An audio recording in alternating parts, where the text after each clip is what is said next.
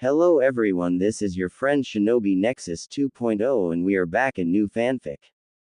What if Naruto died after Kaguya and was reborn in Fairy Tail with Kurama? Part 2. Kaguya Cathedral Cemetery. 2 days passed since Naruto joined Fairy Tail, but the air today was far more somber. Gathered in the Kaguya Cathedral's graveyard, the entirety of Fairy Tail's wizards came together in mourning. Lined up in rows, the wizards had all worn black for the occasion in order to pay their respects to both the deceased and her siblings.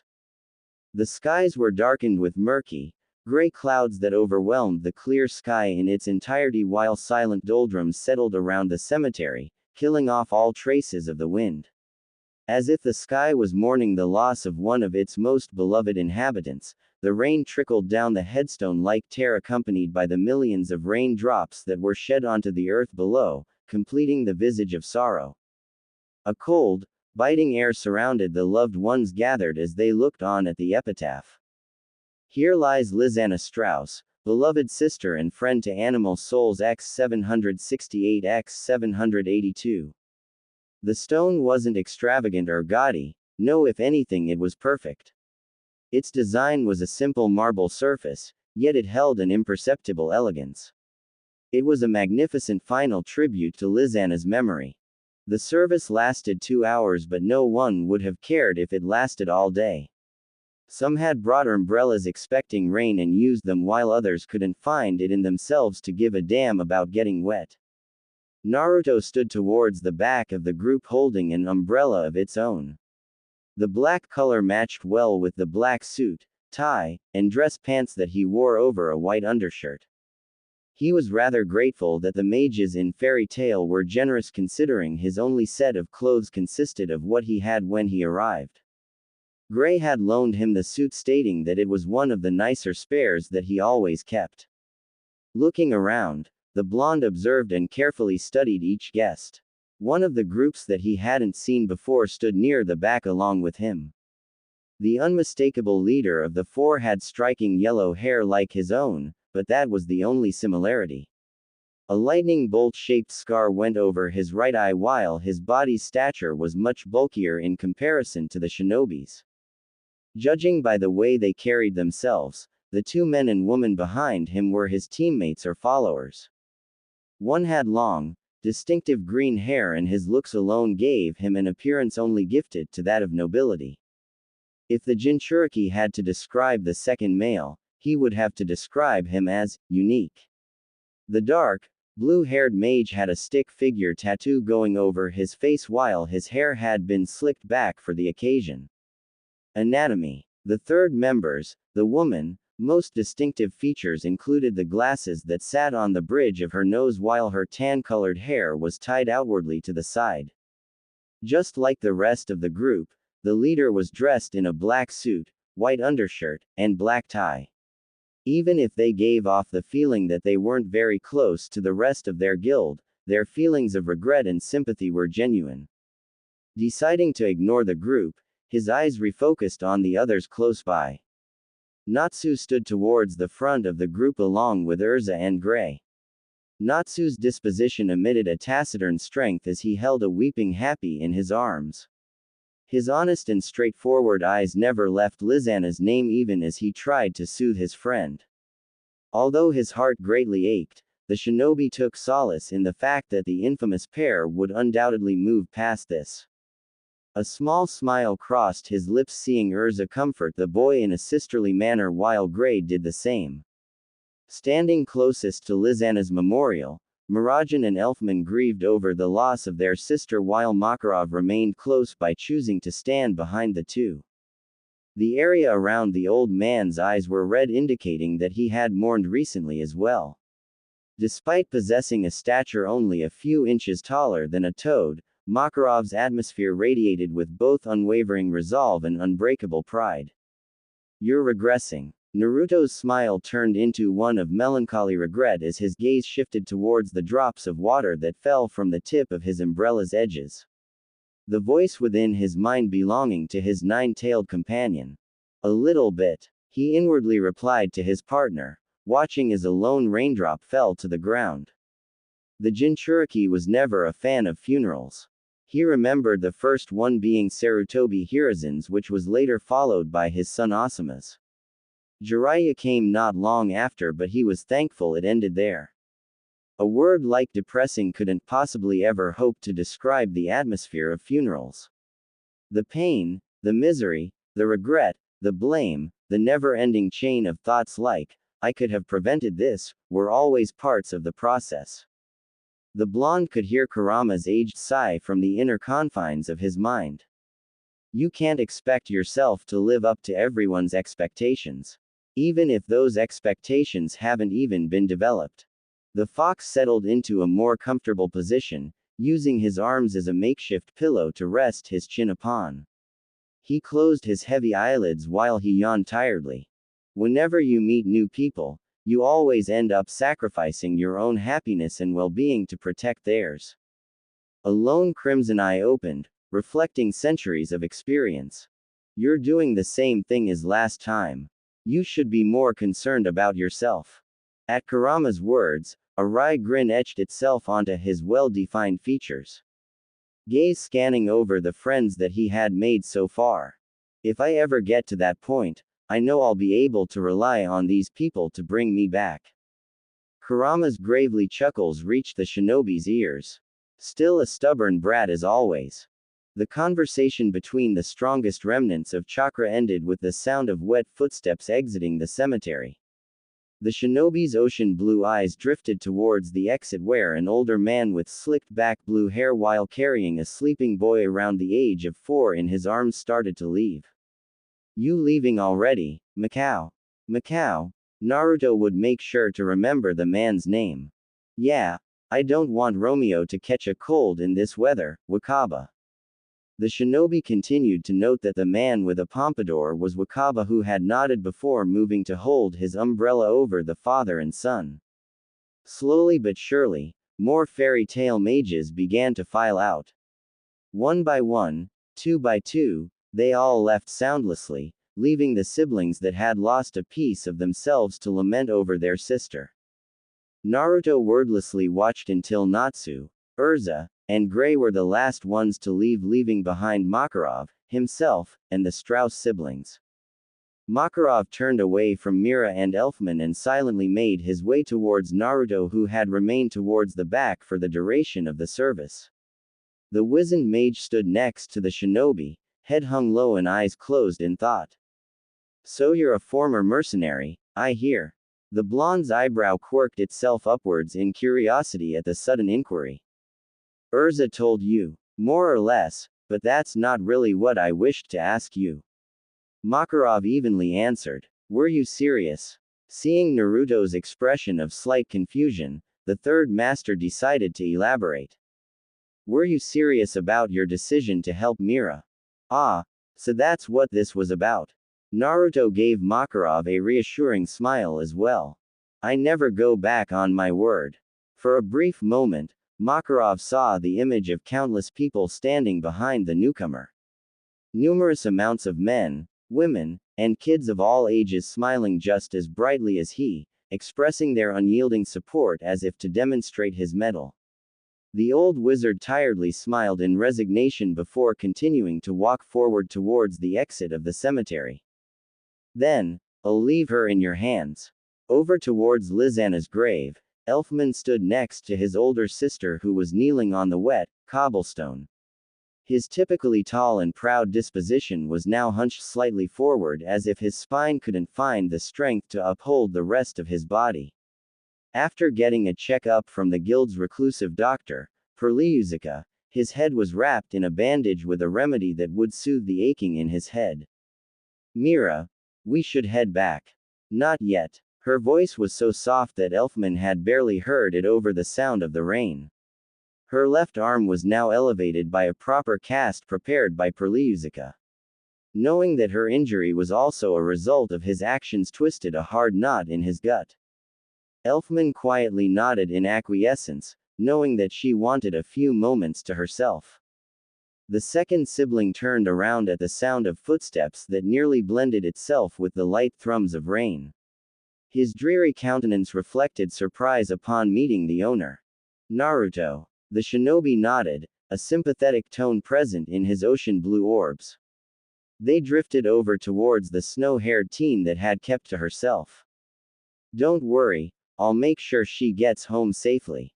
Elfman followed his gaze. A part of him wished to reject his offer, believing that he had already done more than enough for someone they had just met. That part of him was immediately quelled upon seeing the sheer sincerity glimmering in the most vivid cerulean pair of orbs he had ever seen. He wordlessly nodded and started to walk past the blonde before he was suddenly stopped. Elfman. He looked over his shoulder, meeting the newcomer's small smile. Natsu made Lizana a grave by their first home. I'm sure he'd be happy if you went to see her there too.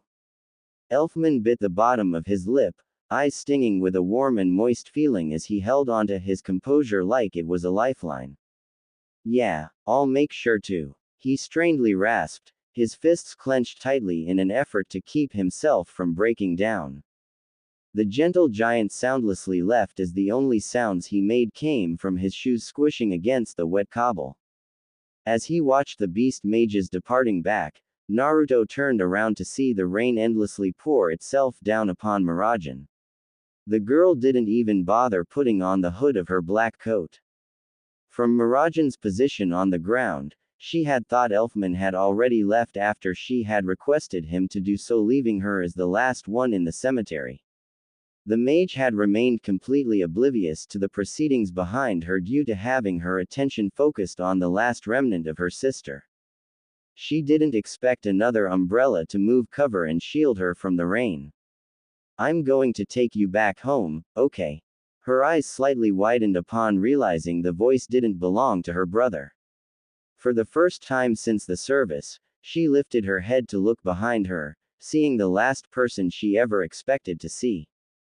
Yuto, is that you? Initially believing herself to be hallucinating, the blonde's comforting smile and hand on her shoulder was firm proof that he wouldn't be leaving her anytime soon. I'm really here. I'm going to take you home, okay? Regaining her senses, Miragen fervently shook her head and lowered her gaze. And no, not yet. I'm going to stay for a little longer. Naruto sighed good-naturedly and clasped onto her shoulder, earning her attention. If I let you stay, you'd be here all night. Your clothes are wet and you're only going to get yourself sick, you know.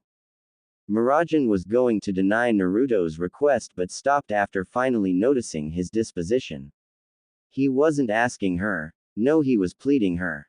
His ocean blue orbs were laced with concern and worry while the corners of his lips shook slightly, showing just how much he was trying to maintain a reassuring smile. She downcastedly lowered her head, accepting the hand that pulled her back to her feet. She felt herself stumble as soon as she stood up, a sign that her legs had gone numb after kneeling in front of her sister's grave for hours. Before she could fall to the ground, she was quickly caught by a pair of sturdy arms that held her close. It's okay. I've got you. She couldn't meet his gaze yet felt Naruto's left arm wrap itself around her waist while he allowed her right arm to be wrapped over his neck. His left arm that went around her waist was careful not to put any pressure on her fractured arm and held her securely while his right hand held the umbrella firm, making sure to keep her as dry as possible. Holding on to young woman, Naruto started to walk forward alongside Miragen. The way she moved resembled that of a puppet, without a mind or a soul. Her body moved on its own as if being guided by invisible strings attached to her hands and legs. The shinobi matched each step he took with one that Miragen took as her mind had automatically began to retrace her usual route home. The pair moved past the cemetery gates, surrounded by the melancholy and silent world of rain around them. The quiet sounds of their footsteps pressing against the wet pathway were the only sounds as they moved past the empty shopping districts and street markets. There was not a single soul in sight besides the two fairy tale members. Naruto's cerulean eyes eventually looked down to see that Myra's gaze wasn't even focused on the path in front of her. Rather, they had been directed towards the right. Following her line of sight, Naruto's crescent blue orbs drifted towards Magnolia's famous canal system as he watched millions of raindrops create ripples in the water. Some ripples were large while others were small. Others constantly impacted the same spot while others periodically altered their course. The water continuously melded its appearance to various shapes and forms, yet it didn't change the fact that it was a mesmerizing spectacle to behold. The two stayed like this for the rest of the way. Miragen, whose legs would move on their own after having walked the same way home for years while Naruto followed each of her moves without a single misstep. The calm, tranquil atmosphere that encompassed the pair like an intangible blanket had brought a warm air of comfort for Miragen that she had not experienced for what felt like months. Her heavy-hearted eyes that carried so much heartbreak managed to tear itself away from the river before refocusing on the man next to her. Even as he managed to guide her while simultaneously matching her stride, the steady grip he had around her waist and hand did not waver in the slightest. His eyes that seemed like the brightest blue that she had ever seen seemed unreadable. She couldn't garner any hints or clues as to what he could possibly be thinking about. Her thoughts came to an end upon noticing that she now stood in front of her home. Naruto had stopped walking as well after following Miragen's line of sight that fell onto a specific home. "Can you stand on your own?" Miragen mutely nodded as Naruto slowly released her from his hold. If it were any other day, she would have grinned in amusement when the blonde's hands hesitantly let her go as if they were afraid she'd crumple without them, and both were already prepared to catch her should she fall. As she walked towards the front steps of her home, she was accompanied each step of the way by the whiskered teen who continued to hold the umbrella over her alone, not paying any mind to the growing wet spots on his shoulders. Miragen twisted the knob on her door and opened it. She turned to meet Naruto's watchful gaze, his eyes never once leaving her observant stare. She found it rather strange. The yellow-haired, blue-eyed youth that she had only met a few days ago somehow had a unique presence. As if he had always been here, right beside her to keep her safe. His kind, honest personality was something that she had never quite seen before, as it was different from the kinds that both Makarov and Natsu possessed. From Naruto's perspective, his eyes scanned over each nearly imperceptible motion that Miragen made. From the slight shivering of Myra's hands that he had tried his best to soothe when he held her to the almost mechanical gait that she walked with, Naruto's eyes studied her carefully, cerulean eyes fixated on discerning her well-being. Despite how heartbroken she appeared, she possessed an unmentioned air of grace. Her resplendent, clear skin and magnificent snow-colored hair seemed to glimmer with the radiance of a white flower in its dreary, gray surroundings. He would be lying if he said she didn't look breathtaking. For the first time that day, Mira smiled. It wasn't one that could be considered sizable or noticeable, but it was there. As small as it was, it spoke volumes of her appreciation. "Thank you." If it were anyone else, they may have not heard a tiny murmur of thanks that was akin to that of a whisper in the wind. The shinobi waved his hand in a disregarding manner with a smile of his own.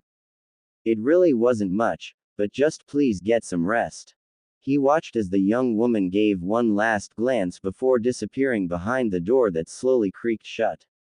The shinobi stood in front of the door for a few seconds longer before turning around on his heel to head back to his temporary place of residence. "Guess I'll see ya tomorrow." The next day, Monday morning's first rays of sunlight pierced through the pale, translucent curtains adorning the windows of Miragen's room. The dark, mahogany floorboards were illuminated in various places like a spotlight on a stage by the sun's rays, while sounds of its occupants' soft breathing drifted out around the room. Miragen blearily opened her eyes, sitting up while yawning into the back of her hand. Her hands fell onto the smooth sheets of her bed, which acted as a second layer over her white nightgown as her eyes wandered around her room. Her eyes didn't linger long on the pictures of her siblings lined up on her desk in frames and instead chose to clearly see just how lonely her room was. Part of her believed that the funeral yesterday was just a bad dream, but the heaviness in her muscles and the feeling that came after crying denied that possibility. Lizanna was really gone. Shaking her head while trying to avoid thinking about things that would only hurt, she tried to shift her attention elsewhere.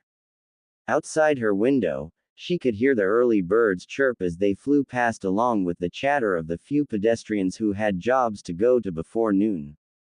Tap. Mirajan blinked at the strange and abrupt sound. There was a pause, and just as she intended to chalk it up as a figment of her imagination, she heard the same noise yet again. Tap. Her sapphire blue eyes wandered over towards the source, her window. This time, she was able to see a third pebble bounce off the pane of her window. Swinging her legs over the side of her bed, Mirajan walked towards her window and pushed aside the curtain to allowing enough room for a small peek. Looking down, she was greeted to the sight of Fairy Tale's newest edition standing outside her home with a bright smile, holding a large sign that said, "Help needed. Urgent." Her face was expressionless as Mira sighed and released the curtain before climbing back into bed. She pulled the covers back over while turning her head away from the window.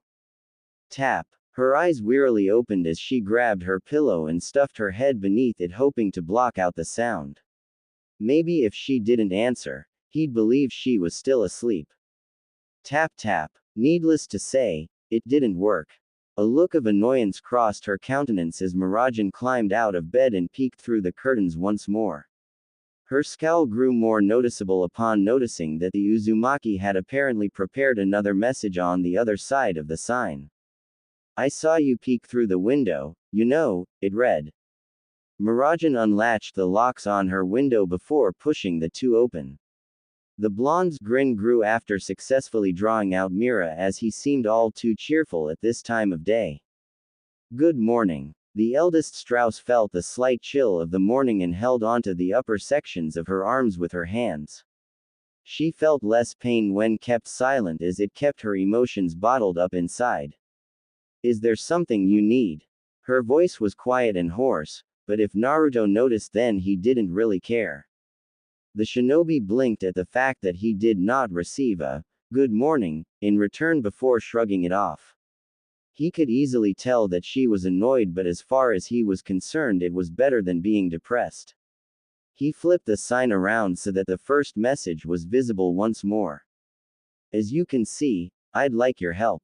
He sheepishly chuckled.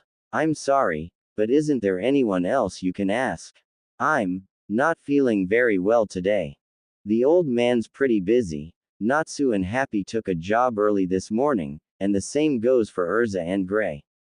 Naruto replied, counting off each person with his hand. Mirajan sighed once more, knowing that the whiskered newcomer had a valid reason for coming here, but she still was going to decline. "I'm sorry, Naruto, but I'm not in the mood, so please leave." "Yeah, I don't think I can take no for an answer." Naruto nervously grinned, scratching the back of his head. "It's kinda important." The snow-haired beauty's eye twitched slightly. Dark bags beneath her eyes practically held the top of her eyelid to the bottom, while she still couldn't find it in herself to go outside. The buildings and corners that she would see would only remind her of the daily trek to the Guildhall that she and her siblings always took together. "I'm sorry, but the answer's still going to be no." She apologetically smiled. Naruto's own grin faltered slightly, seeing just how pained her smile was, but he wasn't going to give up either. At Mirajan's declination, the blonde mischief maker simply held up a sizable pile of pebbles, wearing an innocent smile the entire time. "People call me persuasive." Mirajan never wanted to be able to mute her surroundings more than she did now. Her hair and face were a mess, and put bluntly, she felt like complete crap. She considered trying to ignore the shinobi's attempts at disturbing her sleep and solitude before deciding it would just be easier to help him and go home. She simply closed her windows shut, effectively blocking out the slightly estranged blonde from sight. Naruto stared at the closed window, silently contemplating whether to start chucking pebbles again or to wait patiently. Deciding on the latter, The shinobi sat on the edge of the pathway with his feet hanging over the town's canal while he simultaneously dumped his stack of pebbles into the water. He waited for roughly 5 minutes when he heard the sound of a door opening behind him. Turning around, he saw that Mira had changed out of her white sleeping gown into a plain t-shirt and a pair of sweats. Her left arm was still being held within a cast slung over her shoulder while her hair, like the day before, had been left to hang freely with strands falling past her temples and covering her forehead. Looking down at his own clothing comprised of a red flak jacket and a pair of black nylon pants, he noticed that he looked out of place in comparison to Earthland's standards for fashion. Note to self. Remind me to buy some clothes when I have money.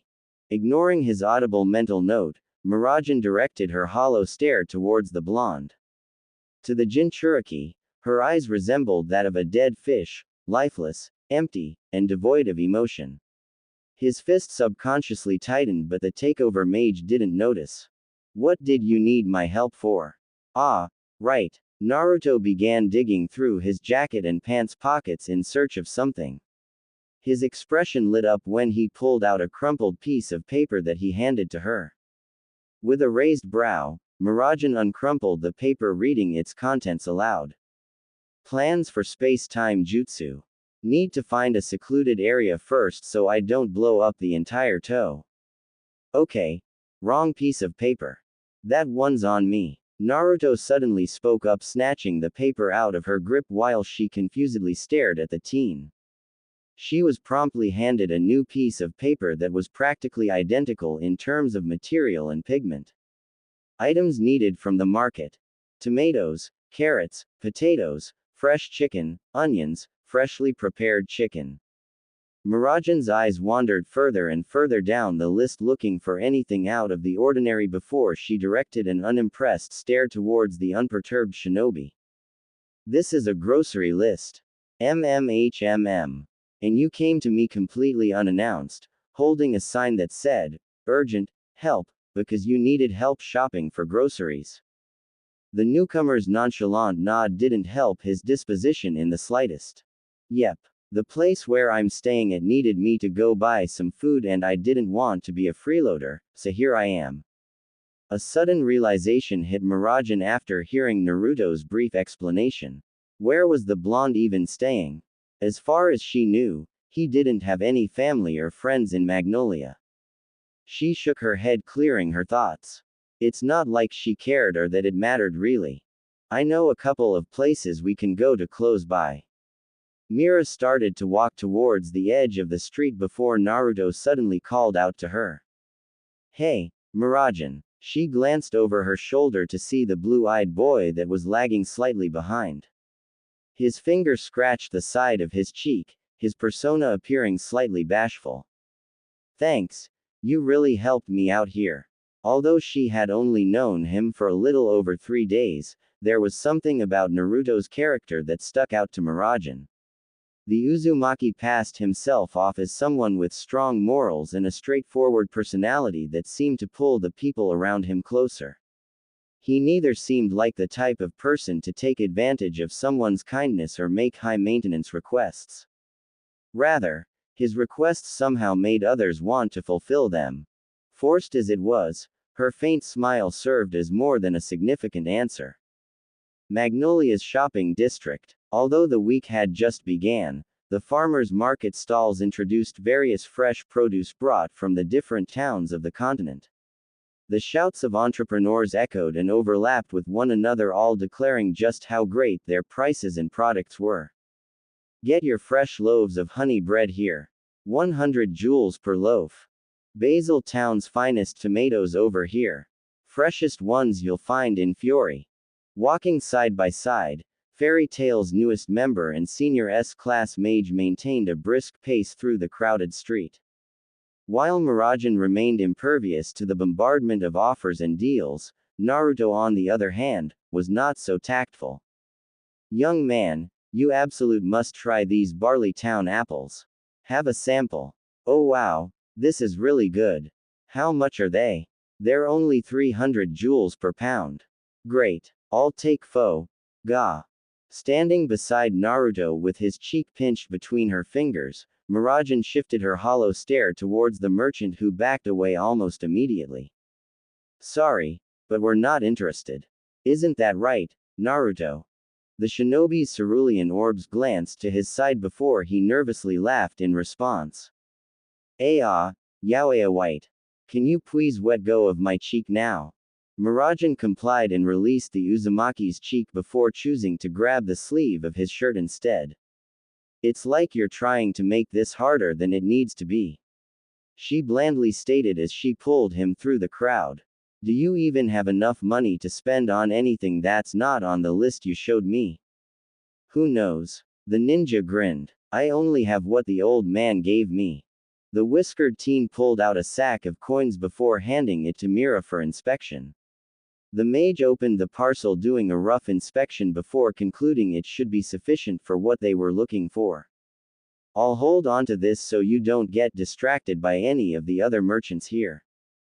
The blonde nodded, giving his approval before stuffing his hands in his pockets while following closely behind her. Finding the first potato stand on the bustling street, the pair's arrival to the stand was noticed by its boisterous owner. The kind elderly woman gave a polite smile and waved before moving to tend to other customers swarming her stand.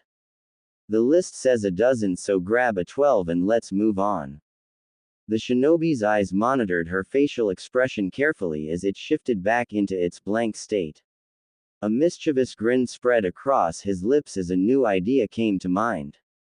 Okay, leave it to me.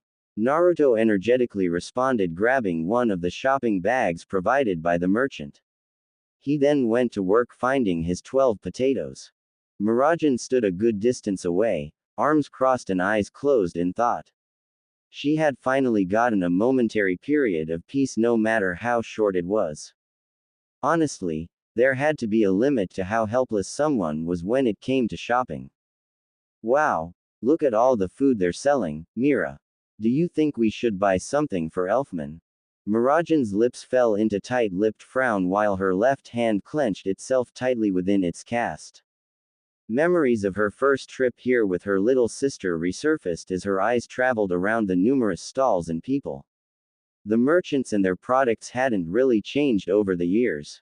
Looking beside her to where another person usually accompanied her, she found the spot empty. Hey, Miragen, check these out. Before her thoughts could darken any further, she was brought out of their inner reflection upon being greeted face to face with the boy who seemed like a representation of the sun in terms of brightness. Her attention was drawn towards the sizable pile of potatoes he held cradled in his arms before her eyes promptly shifted into an expression that was a mix of unamusement and disbelief.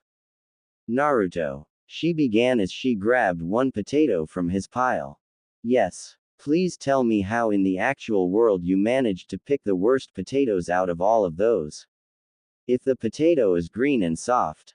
She demonstrated her point by squeezing the vegetable to the point her fingers made a temporary, yet visible indent. That means it wasn't grown properly and that it will probably taste bitter. The vegetables they sell here are usually always fresh, so again, how did you even manage to find 12 of these? Naruto innocently blinked at Miragen's incredulity before looking down at the potatoes he had chosen. I just found them and thought they looked pretty good. Miragen sighed before leading Naruto back to the stall where she immediately made him place the potatoes back onto the racks holding them. Quickly and efficiently scanning over the selection, Mira's experienced eyes managed to pick out a dozen golden, brown potatoes that possessed a significantly more natural appearance than what Naruto had picked out. Grabbing each potato one by one before placing it into the bag, they handed the old lady a few coins before giving the bag of potatoes back to Naruto. She internally sighed, hoping to get the shopping trip over and done with.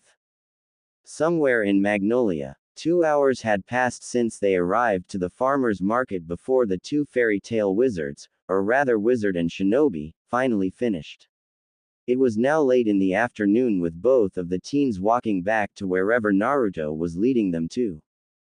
Man, I'm really grateful you were there to help me out.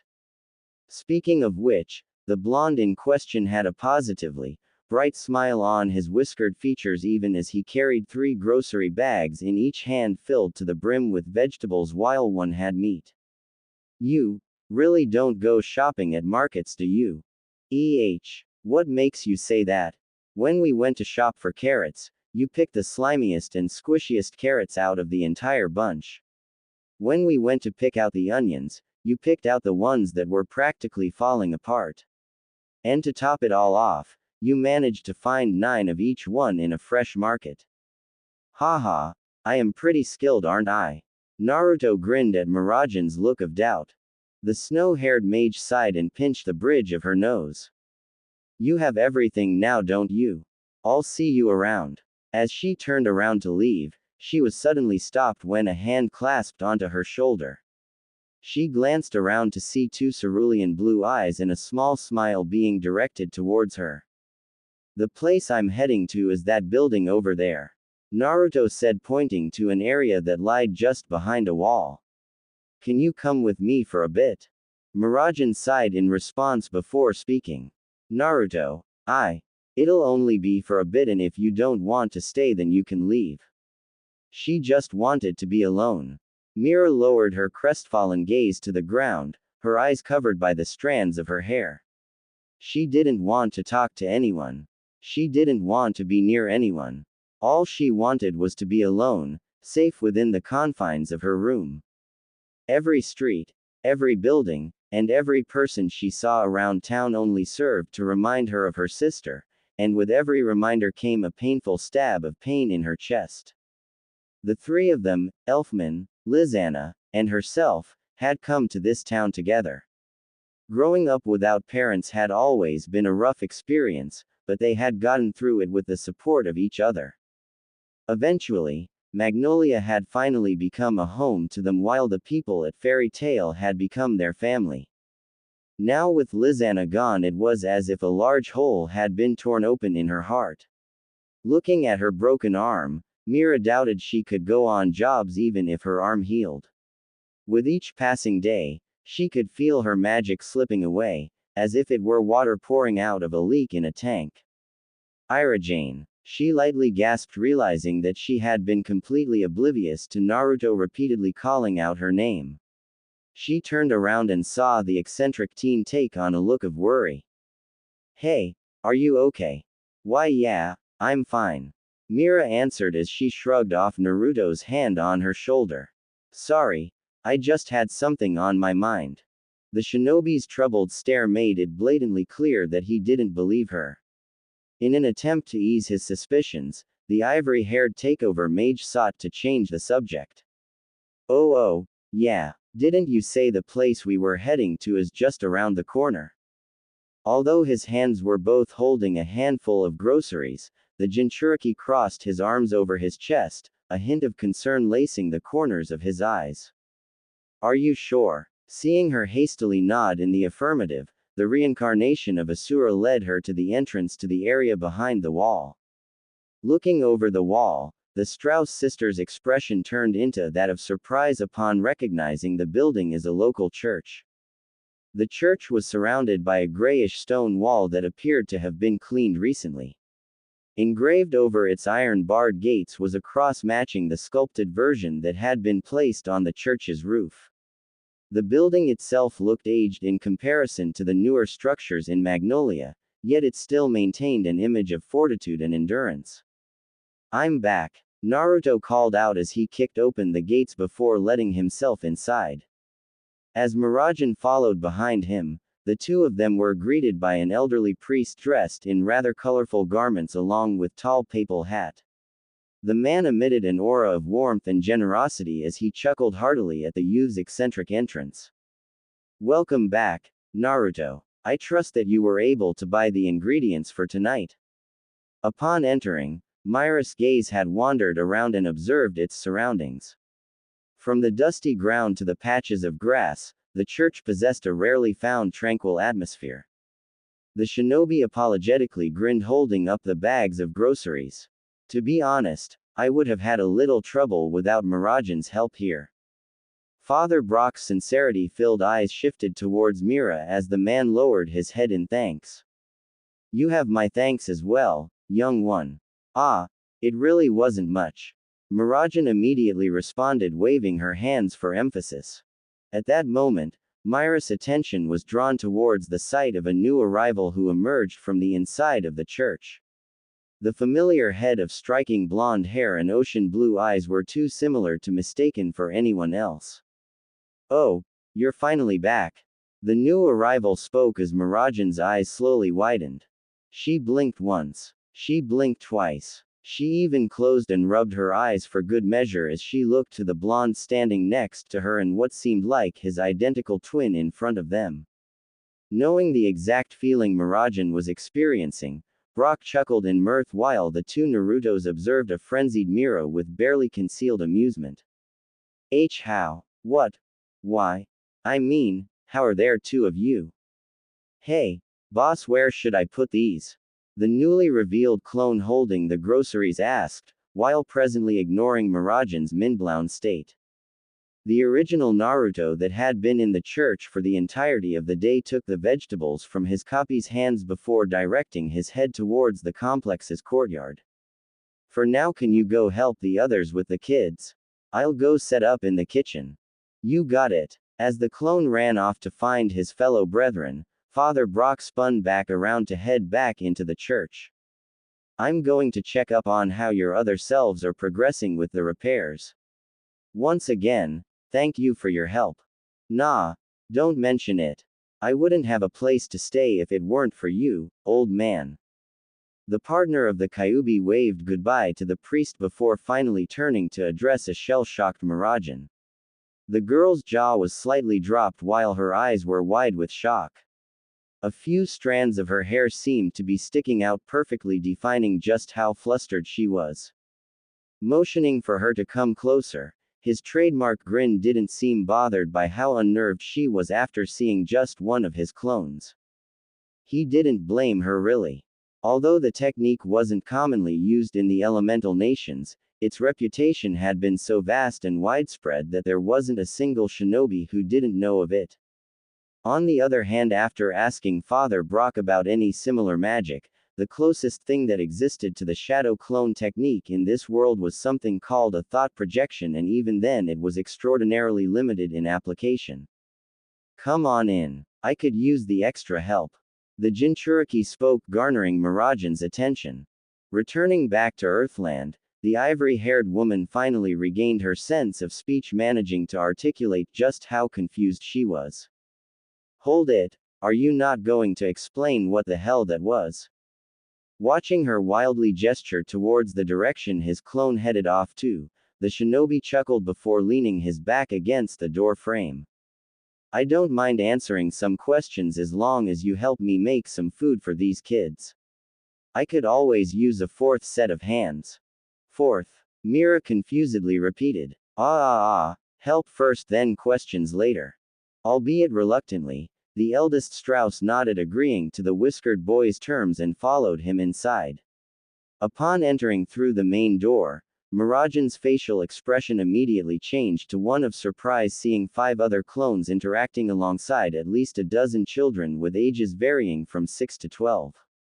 After turning around the corner and entering an opening within the stone and plaster wall, Mira found a courtyard on the left side of the church's building. It was a wide and open space with a couple trees strewn about, yet with children everywhere. Performing a rough head count, the S-class wizard found at least one clone accompanying each group of 3 kids. The multiple copies played games like freeze tag and hide and seek with the younger kids, joyful laughter melodiously resounding along with the sight like a symphony. Even she couldn't stop the small smile that spread across her lips at the sight. Standing on the church's roof, another set of 5 clones were shouting out orders to one another as they took apart old, moldy boards from the roof before replacing them fresh new ones. I didn't know you were so devoted to the church here. Mirajan's sweat dropped watching the clones work with flair and vigor. Oh, I'm not a member of the church.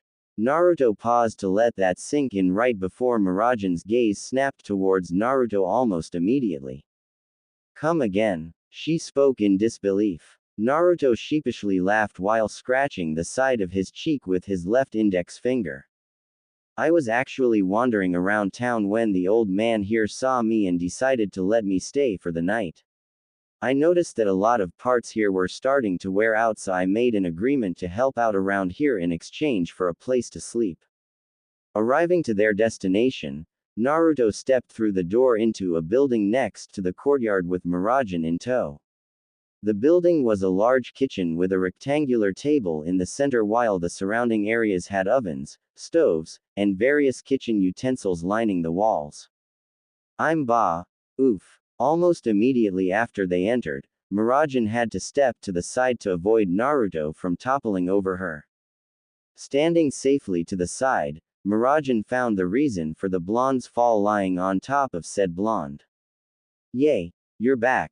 Lying down on top of his chest was a small girl who appeared to be no older than 11 with dark brown hair tied over her shoulder in a single ponytail and bright violet eyes. Geez, Hina, stop tackling Naruto when you see him. A male voice chided.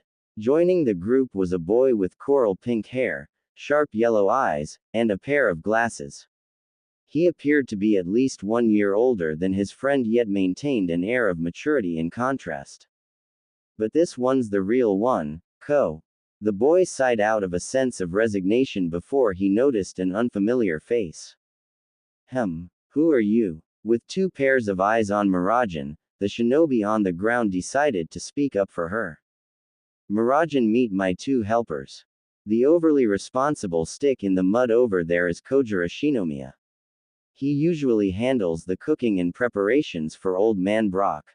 Ignoring Kojira's annoyed glare, the Uzumaki carried on with the introductions as he looked down on the girl who was currently nuzzling her face into his shirt. He sighed before he pulled both of her face's cheeks, lifting it up to face his. Gah. And the little troublemaker right here is Hanako Inui. She's his assistant chef. I don't quouse tuable. Naruto and Kojira's simultaneous disbelieving stares proved her argument otherwise. Most of the time, releasing her cheeks, Naruto sighed and ruffled her hair playfully, Hanako enjoying the gesture immensely. You're lucky you're endearing, you know. When Hanako was going to respond, she suddenly stopped, noticing the presence of an attractive lady in the room, and effectively clammed up. Anyway, these 2 have apparently been cooking for the orphanage since they got here, so I think they'll be able to handle the work. Kojiro crossed his arms over his chest while adjusting his glasses so that they sat on the bridge of his nose. If anything, I'm more worried that this vagrant's going to mess something up. He stated, fully directing his comment towards Naruto. The ninja simply grinned as he lifted a petulantly sulking Hanako off of him. Anyway, I know you 3 will get along, so let's get started. Oi, can you really not cook? Kojiro shouted. Kojiro groaned and sighed, muttering something about a freeloading hobo before holding his hand out towards Mira. Nice to meet you, Mirajin. You can call me Kojiro. Clasping the hand, the snow-haired beauty shook hands with intelligent youth. Likewise, and just Mira is fine.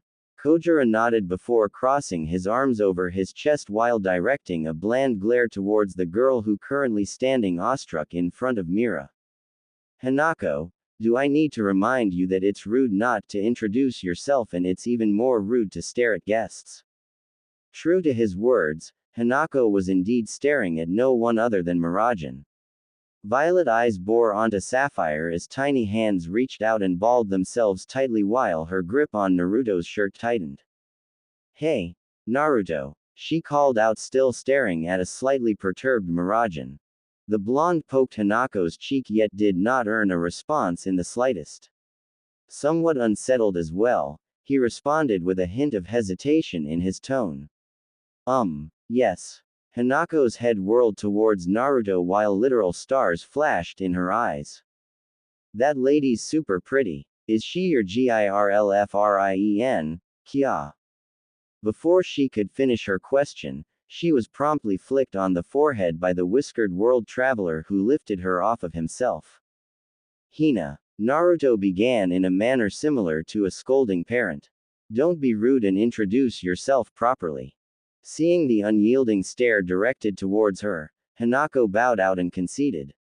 She looked towards and entertained Mirajan before lowering her head in apology.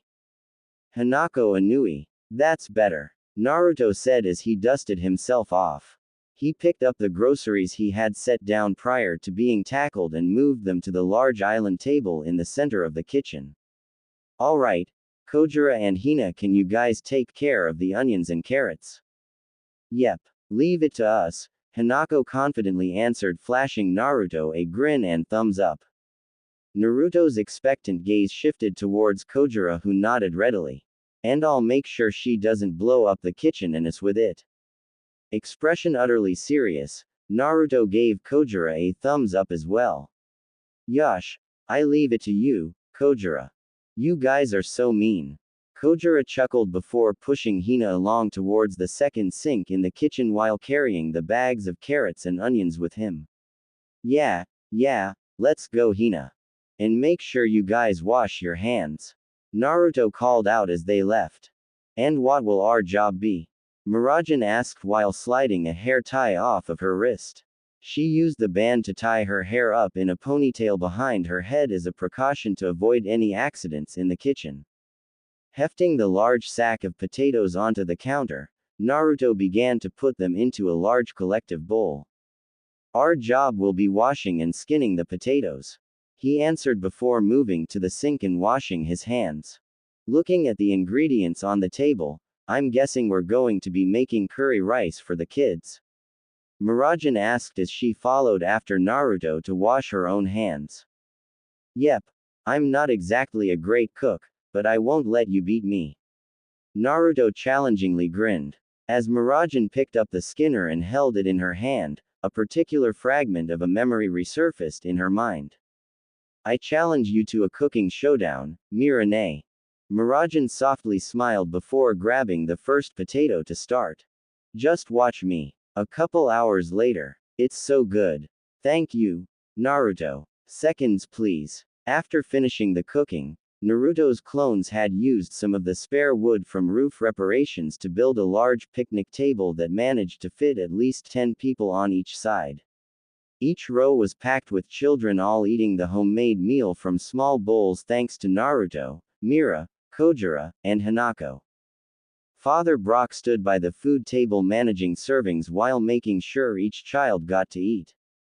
Sitting away from the table, Naruto and Mirajan watched with empty bowls sitting in their laps as they sat next to each other while leaning on one of the courtyard's trees. Man, you really know your way around a kitchen, Naruto said with a sigh of satisfaction. It's my loss. Looking over to his left side, he saw Mirajan staring into her empty dish, quietly stirring in her own thoughts. If you have any questions you'd like to ask, I'll gladly answer them. A promise is a promise, you know. Resting his hands behind his head, the shinobi relaxed into the almost nostalgic feeling of cool bark pressed against his skin. Mirajan's head rose up and looked towards the lackadaisical blonde before recalling her question from earlier in the day. Then, can you tell me how you made those copies of yourself? I've never seen anything like that before. It's called the shadow clone technique. Naruto smiled in reminiscence. And right now it's an ability unique to me alone. You alone? Mirajan curiously repeated. What do you mean by that? Calm blue eyes drifting towards the gently flowing leaves, the ninja smiled in amusement, deciding to regale the girl with slightly altered tales of the truth. Well, Mirajan, I guess you could say I'm a little bit different than the average mage. The place where I came from had a lot of skills like the ones you guys have here, but there are a lot of different ones as well. I see, Mira quietly murmured after deciding to accept the rather ambiguous response. Also, why do you always call me Mirajan? Naruto tilted his head, slightly confused, and adopted an expression curiosity. What do you mean? You always use my full name when no one else does. It would be a lot easier to call me Mira instead. I see. The blonde faintly chuckled. Well then, Mira, Do you have anything else you want to ask? As Mirajan thought about it, there had always been one particular question that had constantly tugged on the edges of her mind. It had come up time and time again whenever she ran into the Uzumaki, yet she could never figure out its answer. Why? It was a single word but with a limitless amount of answers. She had neither yelled the word nor did she mumble it. It was short, clear, and easily heard. Why what? Naruto repeated, slightly unsettled at the sudden and abstruse question. Why are you doing all this? Walking me home, asking me to help you with things like shopping, trying to show me someplace like this. What are you trying to do? There was a hint of anxiousness and desperation laced into her tone, a stark contrast to the Jinchuriki's unchanging and calm demeanor. It's easy really. I'm just fulfilling a promise. Promise? What do you mean by that? Mira asked, caught off guard by the cryptic answer. Whose promise are you fulfilling? She felt a sudden pang of pain within her chest at the thought that he was only doing this out of a sense of obligation, at the very thought that he wouldn't have bothered talking to her if someone hadn't asked him to. Who asked you to do this? The snow-haired woman despondently murmured, eyes covered by the fringe of her hair. Someone who cares about you. The shinobi tenderly smiled. The successor of the sage placed a hand on Mirajan's shoulder. For the young mage, as soon as the blonde's hand made contact, she felt her surroundings completely shift. In one moment she felt the support of the old tree behind her and heard the continuous laughter of the church orphanage's children, and the next everything had changed. The presence of the tree faded away in the blink of an eye as if it never existed. The sounds of the kids and merriment were gone, and in their place settled an eerie silence. Mirajan Strauss was no longer in church's courtyard. She was no longer anywhere near Magnolia, in fact. Standing up while sweeping her gaze over her new surroundings, her eyes widened as the familiarity and significance of the place dawned upon her. The handiwork of the small, straw hut couldn't have been mistaken for anyone else's besides hers. Along with the grave engraved with her name. I once had a friend who I considered to be my brother in everything but blood. Mirajan suddenly stiffened, remembering the person who had somehow in some way brought her here. She turned and watched as the person she previously thought she knew more about than anyone at the guild approached the beautifully made grave and crouched down in front of it. His voice carried over the mountain like a calming wind after a storm, and the tenderness he exhibited could match even the sun with its warmth. He was arrogant, annoying, and a total pain in the neck. Naruto chuckled in remembrance. But he was still the person I considered my best friend. The Uzumaki's eyes gained a tinge of regret and heaviness as the image of his worn and bloody teammate appeared in his mind. However, one day the village gave his older brother a mission that resulted in the deaths of their entire family. The person who I thought was my friend lost himself to his grief and became obsessed with his revenge. He lost his entire family and was swallowed up by his pain, eventually leaving him trapped in the dark. Standing to his full height, he walked towards Mirajan until he was no more than a few steps away. His features, kind and full of life, were face to face with her stunned disposition. I made a promise to myself that I never wanted to see anyone else suffer like he did. And, he looked back at the grave made by Lizana's closest friend, its splendidly crafted details basking in the warmth of the sun. I also made a promise to Lizana that I would make sure you didn't give up being a wizard, too. Myra's honest sapphire blue eyes revealed their astonishment as her jaw slightly fell in sheer wonder. You knew about my magic. Haha, I can't take credit for that. Naruto good-naturedly grinned. Urza's the one who noticed. Urza? Mirajan asked with visible bewilderment. Naruto nodded before speaking again. She doesn't want to lose a precious rival and friend. Mirajan bit the bottom of her lip while her right arm moved to cradle her broken left. Her eyes looked lost and dim, refusing to meet his own. I don't want to endanger or get anyone else killed ever again. She quietly muttered, choking back a hiccup. I don't want to be a mage that will only get the people close to her hurt. I know you don't. Miragen inclined her head upwards as two hands placed themselves on her shoulders. Coming face to face with a pair of the most fervent and animated ocean blue eyes, she found herself lost in the face of just how certain the tone of the shinobi's voice was. But I won't let you quit. I may have not been able to meet Lizana, but I know for sure that she wouldn't want her older sister to blame herself and live like this. Tears gathered at the corners of the silver-haired mage's eyes while her hands balled themselves tightly. Her entire frame started to shake as it held itself from falling apart altogether. But Mirane, a recollection from 4 years ago, only a couple days after they had left their village, arose within Miragen's memories. 4 years ago, Mirane, what's wrong? A younger Lizana, bright blue eyes filled with pure curiosity, stood in front of her older sister who was currently sitting on an old stump in the forest they were venturing through. Miragen had hidden herself away in an overly large cloak as if to hide her existence away from the outside world. Beneath the opening in the front of the garment, one demonic right arm rested on her leg. Not receiving a response from her sister, Lizana placed her hands on her S while her expression adopted a pouting manner. Take this. Ouch. What the heck, Lizana? Miragen used her right hand to hold her left shoulder that had been the victim of Lizana's pinch. She had been stewing in her own thoughts when, out of the blue, her baby sister decided to pinch her shoulder for no apparent reason. Grinning proudly with a triumphant air about her, Lizana stood tall and proud, well as tall as a kid her age could stand. Don't you see, Mirane? Slightly annoyed, Miragen grumpily directed a small glare towards the little girl. See what? Pointing her small finger directly into her face, Lizana spoke with a voice of pride and liveliness.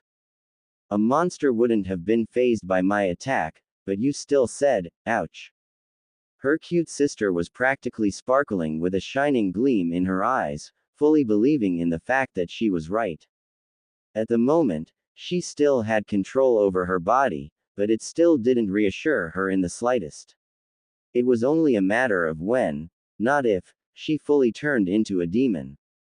Miragen lowered her head in self-deprecation, idly touching the scales upon her right hand. She was afraid. That's only for now, Lizana. What if I really do turn into a monster and hurt your elfman? Lizana smiled brightly and held her sister's cheeks with her significantly smaller hands. Mushing together Miragen's face to the point it looked too funny not to laugh, Lizana answered her sister's worries with her most honest answer. Even if you hurt me or Elfman, we'll both forgive you. You're our big sister and neither of us want you to give up, so promise. Face still being held by her little sister, Miragen gave Lizana a questioning stare in response. Poimais what? Eyes fully serious despite holding Miragen in a rather ridiculous manner, Lizana brought her face even closer so that Miragen could practically see the resolve burning in her eyes. Promise that you won't give up on yourself, no matter what or else I won't let you go. Sighing audibly, Miragen softly smiled and nodded. She pulled her sister's hands off of her face, so that she could wrap her up in a hug surprising even Lizana. Alright, you win. It's a promise, Lizana. Now, as he held onto her shoulders, all of a sudden Naruto felt the shaking in Miragen's arms and legs cease on its own. Adopting an expression of confusion, his facial features immediately changed into that of unadulterated surprise upon being hugged by Miragen who wrapped her one good arm around him. Feeling a slight burning in his cheeks, the whiskered shinobi tried his best to make sure that he wasn't aggravating her injury in any way. Hey Mira, what's wrong? Are you okay? Miragen slowly began. Naruto blinked, repeating the same word she had mumbled. If you and Lizana met, I think you two would be good friends. Miragen finished murmuring into his shirt. Releasing the shell-shocked and stunned Naruto, Miragen's gaze matched the Uzumaki's with a newly found hope radiating within it. Hey, what would you have done if I decided to stop being a mage anyway? Naruto scratched the back of his head as he hadn't fully thought out what he would have done if she did say no. Well, I probably would have grabbed my pebbles back from the river and restarted at square one. The Jinchuriki blinked, coming to the realization of what Mirajan's words had meant. Wait, does this mean? Smiling brightly before he could finish his sentence, Mirajan bowed her head in a manner similar to that of a student. It means I'll be in your care. Naruto. Flowing through the dense forest like a blue vein, Magnolia's river was a portrayal of peace and calm. The peaceful sounds of chirping birds and the gentle whispers of the wind flowed through the forest like a river, encompassing the forest and its occupants within an ambience of tranquility. Music and audio.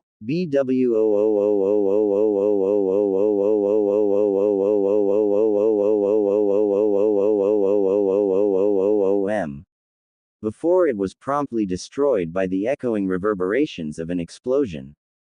The early morning crows screeched as they rapidly scattered away from the source of the eruption.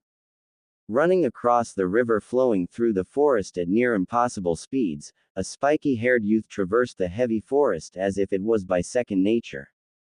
Defying the laws of physics, he ran across the surface of the river at a breakneck pace, passing the muddy, riparian banks and tall cattails growing near them. The almost rhythmic sounds of his footsteps impacting the watery surface with tiny splashes were the only echoes haunting the eerily quiet forest as he jumped over a stone jutting out of the river. His senses screaming out to him, Naruto Uzumaki performed a mid-air flip, dodging an explosive shot of magic that blew apart the area he previously stood, sending splatters of water up into the air. The shot had been so potent that it had left the space temporarily unoccupied, forcing the river to refill the empty patch. She's gotten better, he inwardly mused, the attempted attack not deterring his run in the slightest. Not long after, the shinobi was referring to appeared before him in a matter of seconds. Jet. Black bat-like wings sprouted from her upper back while an undulating crocodile tail was moments away from slamming into his face much like a bull. Her hands were covered in scales while her fingers were frighteningly sharp. Mirajan Strauss's long silvery hair jutted upwards, defying gravity, while her typically passive blue eyes glimmered with a purple tint. It's good that you're able to use takeover again, but... Naruto dropped to his knees, sliding across the water's surface while allowing the demonic tail to harmlessly pass by mere inches away from his nose. As soon as he had avoided the ligament, he pushed himself off of his knees and back onto his feet, pivoting on his right foot to turn around. Efficiently wrapping his left arm over her wings, cutting off her means of escape, he solidified his hold by using his right arm to hold a glowing kunai to her throat. You've still got a long way to go before you can beat me. Lesson 1, my faithful student, always watch your back. Naruto's confident grin faded away upon seeing the corners of Mirajan's lips tugged upwards in amusement. I think you should take your own lessons into consideration, sensei. With the slight motion of her index finger alone, a sphere of purple demonic energy that had been left floating above the forest propelled itself directly into the shinobi's back. Mira felt the hold on her wings loosen as she used her wings to blow back her captor the moment her magic collided with the mercenary. Gaining a couple feet in distance away, she carefully regarded the plume of smoke, waiting for it to fade away. As the gray, ashen smoke cleared up, she was met with the sight of the shinobi's unconscious body floating face down on the calm ministrations of the river. Sighing to herself in relief, she undid her takeover, returning to her human appearance. Her training attire consisted of a black tank top and shorts that hugged her shapely body quite well, providing her both with flexibility and movement. Her hair had been tied into an upwards ponytail to keep it from interfering with her training, finishing her appearance. Wading through the opposing river that was knee-high in depth, she reached her teacher and scanned over him warily. Looks like this is my first win. She spoke with a tone of finality. As she reached down to pick up Naruto before he drowned, her elation was short-lived as his body blew up in a cloud of smoke. Eyes widening as the realization hit her like a truck, Miragen didn't have enough time to counter what happened next. Several popping sounds occurred close by until 5 similar clones surrounded her. Not wasting a breath, numerous chains burst from each clone's hands, seizing her hands, ankles, and waist. A fifth Naruto approached from behind her, morphing the chain in his hand into the shape of an ethereal, glowing knife, and held it next to the side of her neck. Of course, I take my own lessons into consideration. I wouldn't be the sensei otherwise, student. If he were to be honest, Naruto couldn't deny that he was having fun. Although he had promised to help her regain her strength, he was having just as much fun messing around in fights like this. Back in the elemental nations, there were never really any chances to fight against his friends in the Konoha 11 or 12 if you included a certain Uchiha. Everyone belonged to different teams that ventured out of the village on missions at completely random times. In fact, injuring someone even by accident could have serious repercussions if they were needed for an important mission. All battles and spars against shinobi posed significant danger that could end someone's life if there was an accident, but in Earthland it was different. Although their techniques and abilities were dangerous, it was practically child's play countering them. He finally understood what Kakashi must have felt like training numerous amounts of genin squads. Defeat was an ambiguous word with a multitude of meanings. It didn't necessarily mean to kill, but at the same time it didn't mean to spare a life either. For the mages of Earthland, the word defeat meant to fight and disable. Killing was strictly forbidden by this world's government according to Miragen, and doing so could result in prison or in worst cases execution. Naruto supposed this was why he was able to treat nearly everyone around him as a non-threat, because back in his former world defeat meant something else. To defeat meant to either kill or leave barely breathing until a target's usefulness had expired. Although it was the former shinobi mentality, he had still been taught the olden ways at the academy before reforms could take over. Of course, he was never one to kill indiscriminately. That didn't change the fact he knew perfectly well that there were some minds that could not be swayed no matter what. Every mage in fairy tale was rather harmless in comparison to him, which made teasing them so damn fun.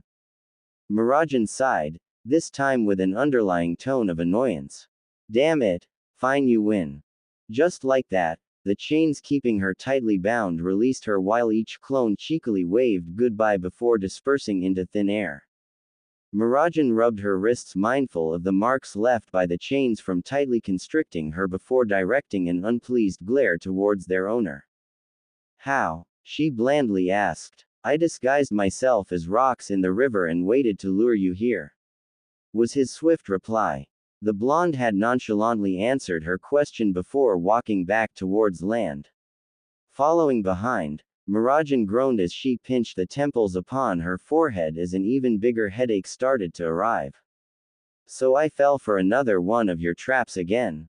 Feet now on earth, the Uzumaki started his trek back to the area they had set up camp in, with the Strauss glaring daggers at his deceptively undefended back. You know, at this point I'm thinking of keeping a score just to see how much I can mess with you in training. The shinobi grinned, placing his hands behind his head. How many times have I beaten you again? I don't remember. Miragen muttered, crossing her arms beneath her chest. Well, I've beaten you at least 100 times. Not even close. It's 9-0. Mira immediately interjected. A shiver traveled up her spine as the blonde glanced over his shoulder with the same damnable teasing glint in his eyes. Spending 1 week training with the insufferable teen allowed her to practically predict what came next. So you did remember. Just because she knew it was coming didn't make it any less irritating. Speeding up, Mira soon left behind a laughing Naruto, a slightly reddened face due to the embarrassment of being so easily baited. Jogging to catch up to her, Naruto good-naturedly wrapped his arm over her shoulder in a friendly manner, with his need for teasing thoroughly satisfied. Anyhow, you've improved a lot since you first started, you know. There it was again, Mira idly noted. She found that the blonde had a habit of saying, you know, quite often. It was kind of similar to how Natsu would always say how fired up he was, except in this case it was slightly less annoying. There was a very small gap between the two. Sighing before shrugging his arm off of her shoulder, she unenthusiastically maintained her trek back to their training area. How do you figure that? I haven't beaten you a single time since we started last week. Simple. Do you know how long our fight lasted? Myra's eyebrow slightly arose at the question before shrugging once more. I don't know, about 45 minutes give or take. Close enough, and do you know how long it was yesterday? Mirajan's features slightly scrunched up in thought before finding answer. About 15 minutes. Do you see a pattern? Mirajan stopped in the middle of the dirt path directing a look that said, "What are you getting at?" Towards Naruto's expectant features before the reason finally dawned upon her. I fought you longer in my takeover today than I did yesterday. Seeing Naruto's fox-like grin indicating she was correct, Mirajan remembered that she had only lost yesterday due to the fact that she couldn't manage to maintain her takeover. Today, however, she was released it of her own volition and she even felt that she could have held onto it even longer. I was hoping to see how long you could hold on to it today, but I didn't attack you soon enough. Naruto sighed in disappointment as he continued to walk while withdrawing a book and pen. You sound way too disappointed. Mira blandly stated as she stared at his departing back while following not too far behind. She noticed that he seemed to be drawing something in his book. Music and audio. Naruto's head glanced over his shoulder, ocean blue eyes emitting childlike genuineness. Of course I am. In one day, you're now able to hold onto your transformation for more than twice as long as the day before. The rate you're growing at is incredible, so why wouldn't I want to see how much further you can go? In Naruto's mind, Mirajan's training and abilities highly reminded him of his own. He had spent years in training trying to use Kurama's power, and was met with very little success. She and Elfman's use of takeover to draw on their respective inner souls, powers were highly reminiscent to that of the Jinchurikis. It's not that hard to keep a demonic hatchling under control, brat. I could have squashed the demons of this world right after being born and I doubt that even you would be taken over by a hatchling back when you were a kid. Are you complimenting me? Hearing the derisive snort of his partner, the shinobi internally chuckled, cracking a small smile on his features. I know what you mean, furball, but compared to me back then I could barely even hold your first transformation for more than 10 minutes without ending up in a hospital afterwards. If you look at it that way, I guess you can say that She-Devil's progress is quite remarkable from your standpoint. The Great Fox mused. Are you insulting me now? Hey, I've been meaning to ask you this, but what have you been drawing these past few days? Mirajan suddenly asked, drawing the blonde out of his inner thoughts. Her curious blue eyes looked over the significantly taller teen's shoulder as he drew foreign markings and intricate circles. Over the past week, she had noticed the Jinchuriki drawing in a notebook that he had procured from a local shop along with a pen. She couldn't make out the language he was writing in for the life of her or distinguish just what the drawings were supposed to symbolize. They're a surprise. Naruto grinned with a hint of mischief as he put the book into his red and black jacket's inner pocket. Mirajan frowned at the vague response as they finally reached their main training area. Her frown grew more prominent upon seeing a distinctive head of scarlet hair waiting for them. Urza Scarlet, the Titania, sat upon a log being used as a makeshift fireside bench with one leg crossed over the other while her hazel brown eyes drifted over towards the pair she had been waiting for. Over the past week, she had neither seen Fairy Tail's newest member nor her own rival. After asking Makarov, she learned that there was a rumor going around that the fairy's rookie was training the S-class mage in the Eastern Forest. She thought back to their heated but very brief spar back when he had first arrived and found herself perplexed. She did not consider herself to be vain, but as an S-class mage she knew that she was a recognizable icon among Fury. However, Someone who managed to best her in combat with his bare hands and a knife so abruptly arrived at Fairy Tail's doorstep, and no one had ever heard of him to this day. According to his words, he had been a freelance mercenary who maintained a low profile, but it just wasn't logically possible for someone of his caliber to remain concealed from the public eye for so long. Therefore, she had decided to confront the boy to learn more about his origins herself. It wasn't hard to find their training site considering the vast amount of magic she recognized as Myris being thrown about. Coming from Naruto, on the other hand, she felt nothing. She had not felt one speck of Etherano being used by the stranger, only adding to the shroud of mystery that surrounded him. This brought her to her second goal, challenging the blonde to a rematch in order to determine just what type of abilities he held, as the newcomer and her rival now stood in front of her. "Good morning, Naruto, Mira."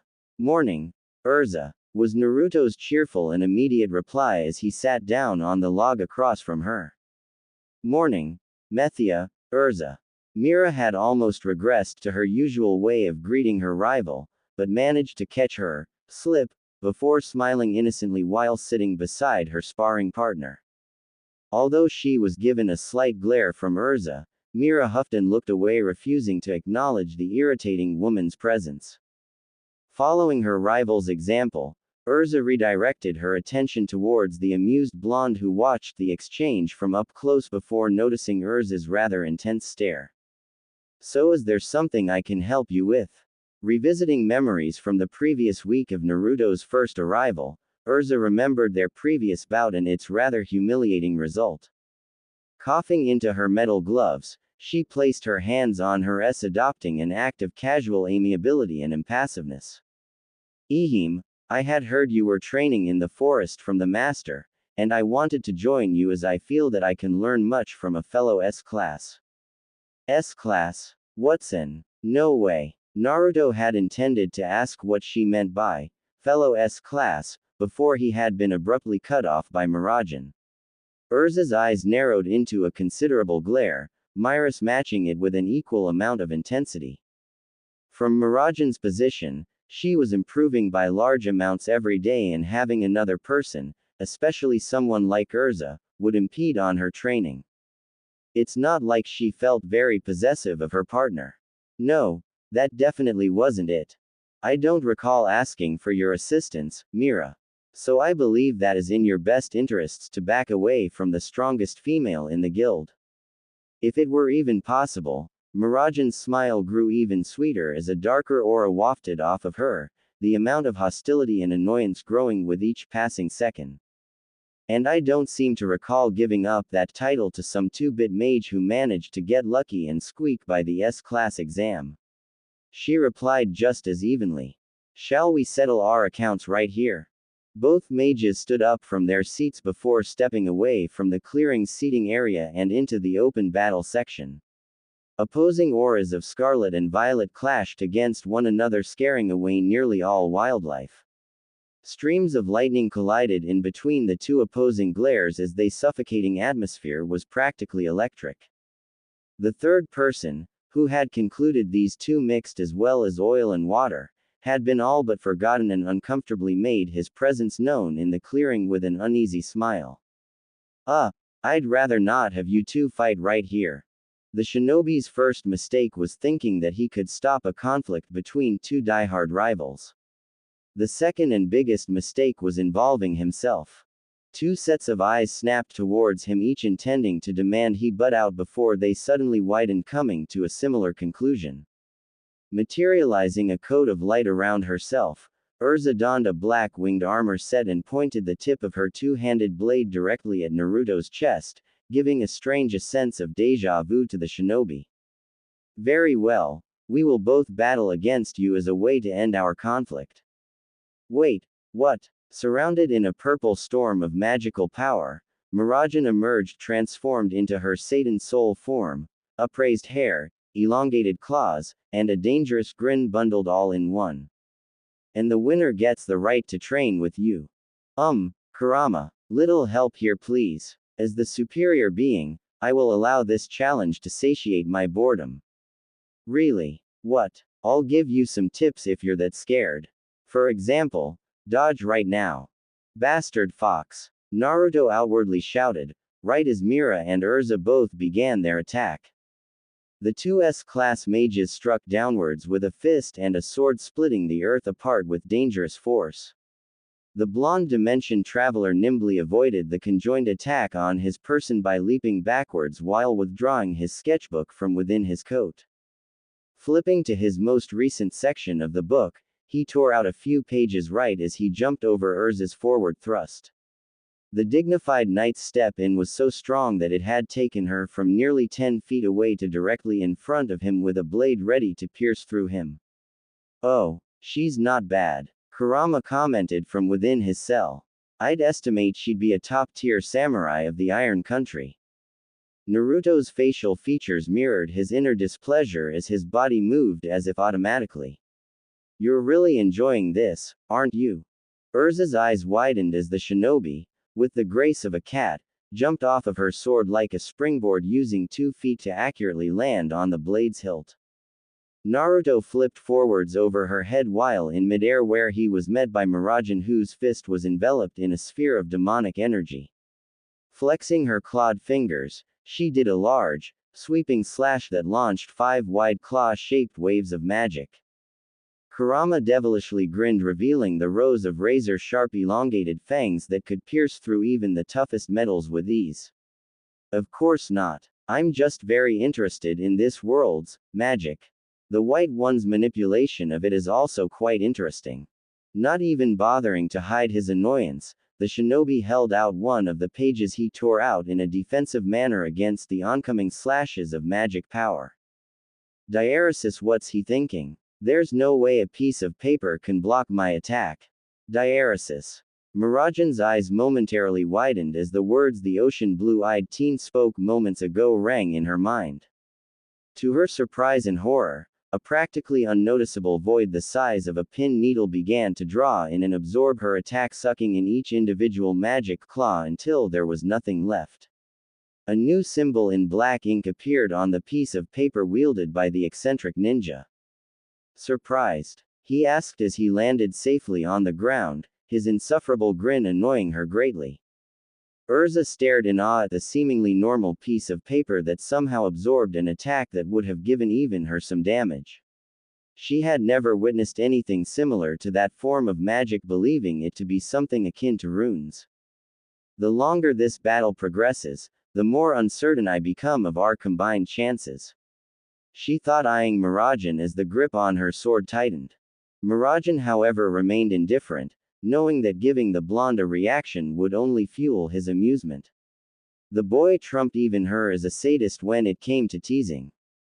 When it comes to you, I guess I shouldn't be, she neutrally responded, maintaining her composure. Also, do you think that thing can take another one of those? Myra's hands were enveloped in a purple glow once more, her clawed, demonic hands becoming 2 times more intimidating. Returning back to reality with the questions of her rival, Urza subtly moved behind the shinobi's line of sight in preparation for an attack from the rear. Naruto's confident grin widened further in response to Miragen's threat as he held up his remaining 2 pages that he had torn out from earlier, one held in between each of his index and middle fingers. Diaresis, I've got more than one trick up my sleeve, you know.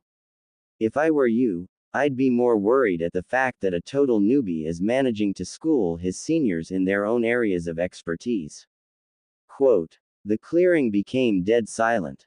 Both of their prides as S-class mages so brazenly insulted, Miragen and Urza discarded their original strategy of feeling out the blonde's potential moves to develop a strategy to counter them. Their eyes darkened considerably while their magical power output skyrocketed as their goal became one in the same. Beat him down. Dark, stormy whirlwinds surrounded the 2 rivals as they gathered everything they had towards thrashing the pest in front of them. Urza's black wing armor and sword glowed with a scarlet hue as the swordswoman sharpened her blade to its very limit. The weapon's sharpness was enhanced by the sun as the metal reflected the rays of light, giving it a blinding glint. Bringing her hands close together, A purple sphere of magic materialized within Mirajan's palms, growing larger with each passing second. The orb of energy glowed a malevolent violet as a spiraling storm of magic was contained into a smaller shape that continued to expand in order to hold the sheer amount of magic within it. Practically dumping a gallon of fuel onto the metaphorical fire, Naruto's grin widened even further as he made a "come on" motion with his hands, adding the last straw that broke the camel's back. Soul extinction. Moon flash. A nigh unstoppable torrent of demonic energy magnified in waves rushed towards the unperturbed ninja from the front while a flying cross-shaped slash approached from the rear. At that moment, two silver chains with a golden hue burst from his upper back before coiling themselves around each arm with movements as fluid as two snakes. The chains suddenly began to warble and melt, becoming an amorphous liquid substance that coated Naruto's arms in their entirety until solidifying into silverish gold segmented sections of armor. The Uzumaki's left and right shoulders down to his hands were surrounded in the adamantine chains until not a single space was left uncovered. With his newly acquired armor sleeves, he held his arms out to each side, intercepting both the wave of demonic energy and the sword slashes with his hands. The two attacks slammed against his armored hands, one intending to pulverize his bones while the other intended to slash him apart. Firearms and weapons. A loud screeching sound reverberated across the forest with magic grinding against metal, neither of the two giving an inch against the other. The cacophonous noise was utterly deafening as the two S-class girls continued to fuel their attacks against the whiskered teen who had not given in against their combined effort. Urza and Mirajan's attacks pushed against him with all of their might, but it was all for naught. Their expressions changed to that of shock as both Soul Extinction and Moon Flash were obliterated mere seconds later.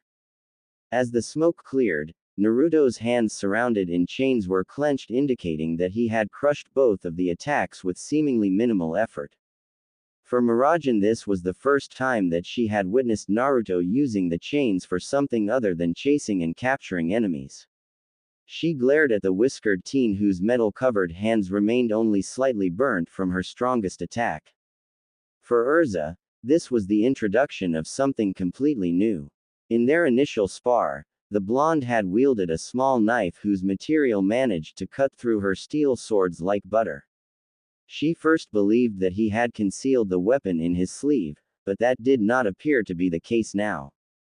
Eyeing the new armor surrounding his sleeves, she concluded that the rookie's abilities allowed him to control those strange chains as if it was second nature to him, while also being able to manipulate their shape to nearly anything he desired.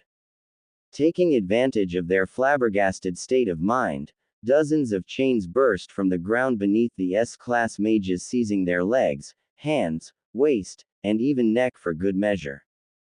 "It's my win," Naruto declared as the armor around his arms reverted back into chains and disappeared into his body. Mirajan sighed and undid her takeover, knowing that once she was captured there was no way of escape. After all, these chains were the reason why their current record was 9-0. "I give up," she readily conceded. Urza, on the other hand, continued to struggle, even refusing to release her sword that still remained in her grip. "Not yet. I can still fight," she argued as she continued to wrestle against the chains. "Hold on her."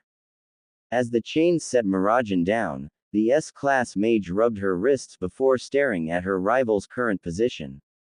She tilted her head to the side before a devilish smile stretched across her lips. Naruto stood in front of a still entangled Urza with Mira behind him, arms crossed over his chest and a weary expression marking his features. He didn't know how long it would take for Urza to give up, as she was almost as stubborn as him. "I really wish she'd just give up here. It's not like she's losing anything." "Bah, don't be such a downer," Kurama voiced with a tint of amusement laced in his tone. "I'm more eager to see just how long she'll hold out before she breaks." "What did you say just now?" "Hey, Naruto." Glancing behind him to find the source of the sweet-sounding voice, Naruto's ocean blue eyes met a smiling Mirajan whose gaze was firmly fixated on her struggling rival, who had not bothered to listen in on their conversation. "I can make her give up," Just make me a stick with those chains of yours. What are you going to do? Naruto questioned, eyeing Mira warily. Persuade her, was her almost immediate and overly cheerful reply. Against his better judgment, the ninja from another world nervously smiled before complying. He clapped his hands together before pulling them apart, creating a pole roughly a meter in length and 4 to 5 centimeters in width. Martial arts films. Mirajan grabbed the item, chirping a thanks and moving to stand directly in front of Urza. This is gonna be entertaining. Okay, you wanna tell me what's going on since you seem to know more about this situation than I do. Naruto could practically see the fox's grin after asking his question despite not being face to face with his partner. I want you to think long and hard about those books that toad of a teacher had you proofread and the situation in front of you. Naruto blinked once. He blinked twice. He blinked a third time before his jaw suddenly dropped, almost hitting the ground. His eyes inspected the chains protruding from the ground and realized the way they were holding Urza was rather provocative. Understanding slammed into the shinobi like a truck as he realized what Mirajan intended to do, but it was way too late to stop her. Urza momentarily ceased her struggling upon noticing her rival's presence directly beneath her. She still donned her black wing armor, but Mirajan's takeover was nowhere to be seen. Instead, Myra's lips were upturned in a cheerful smile while her demeanor reflected that of someone who hadn't lost.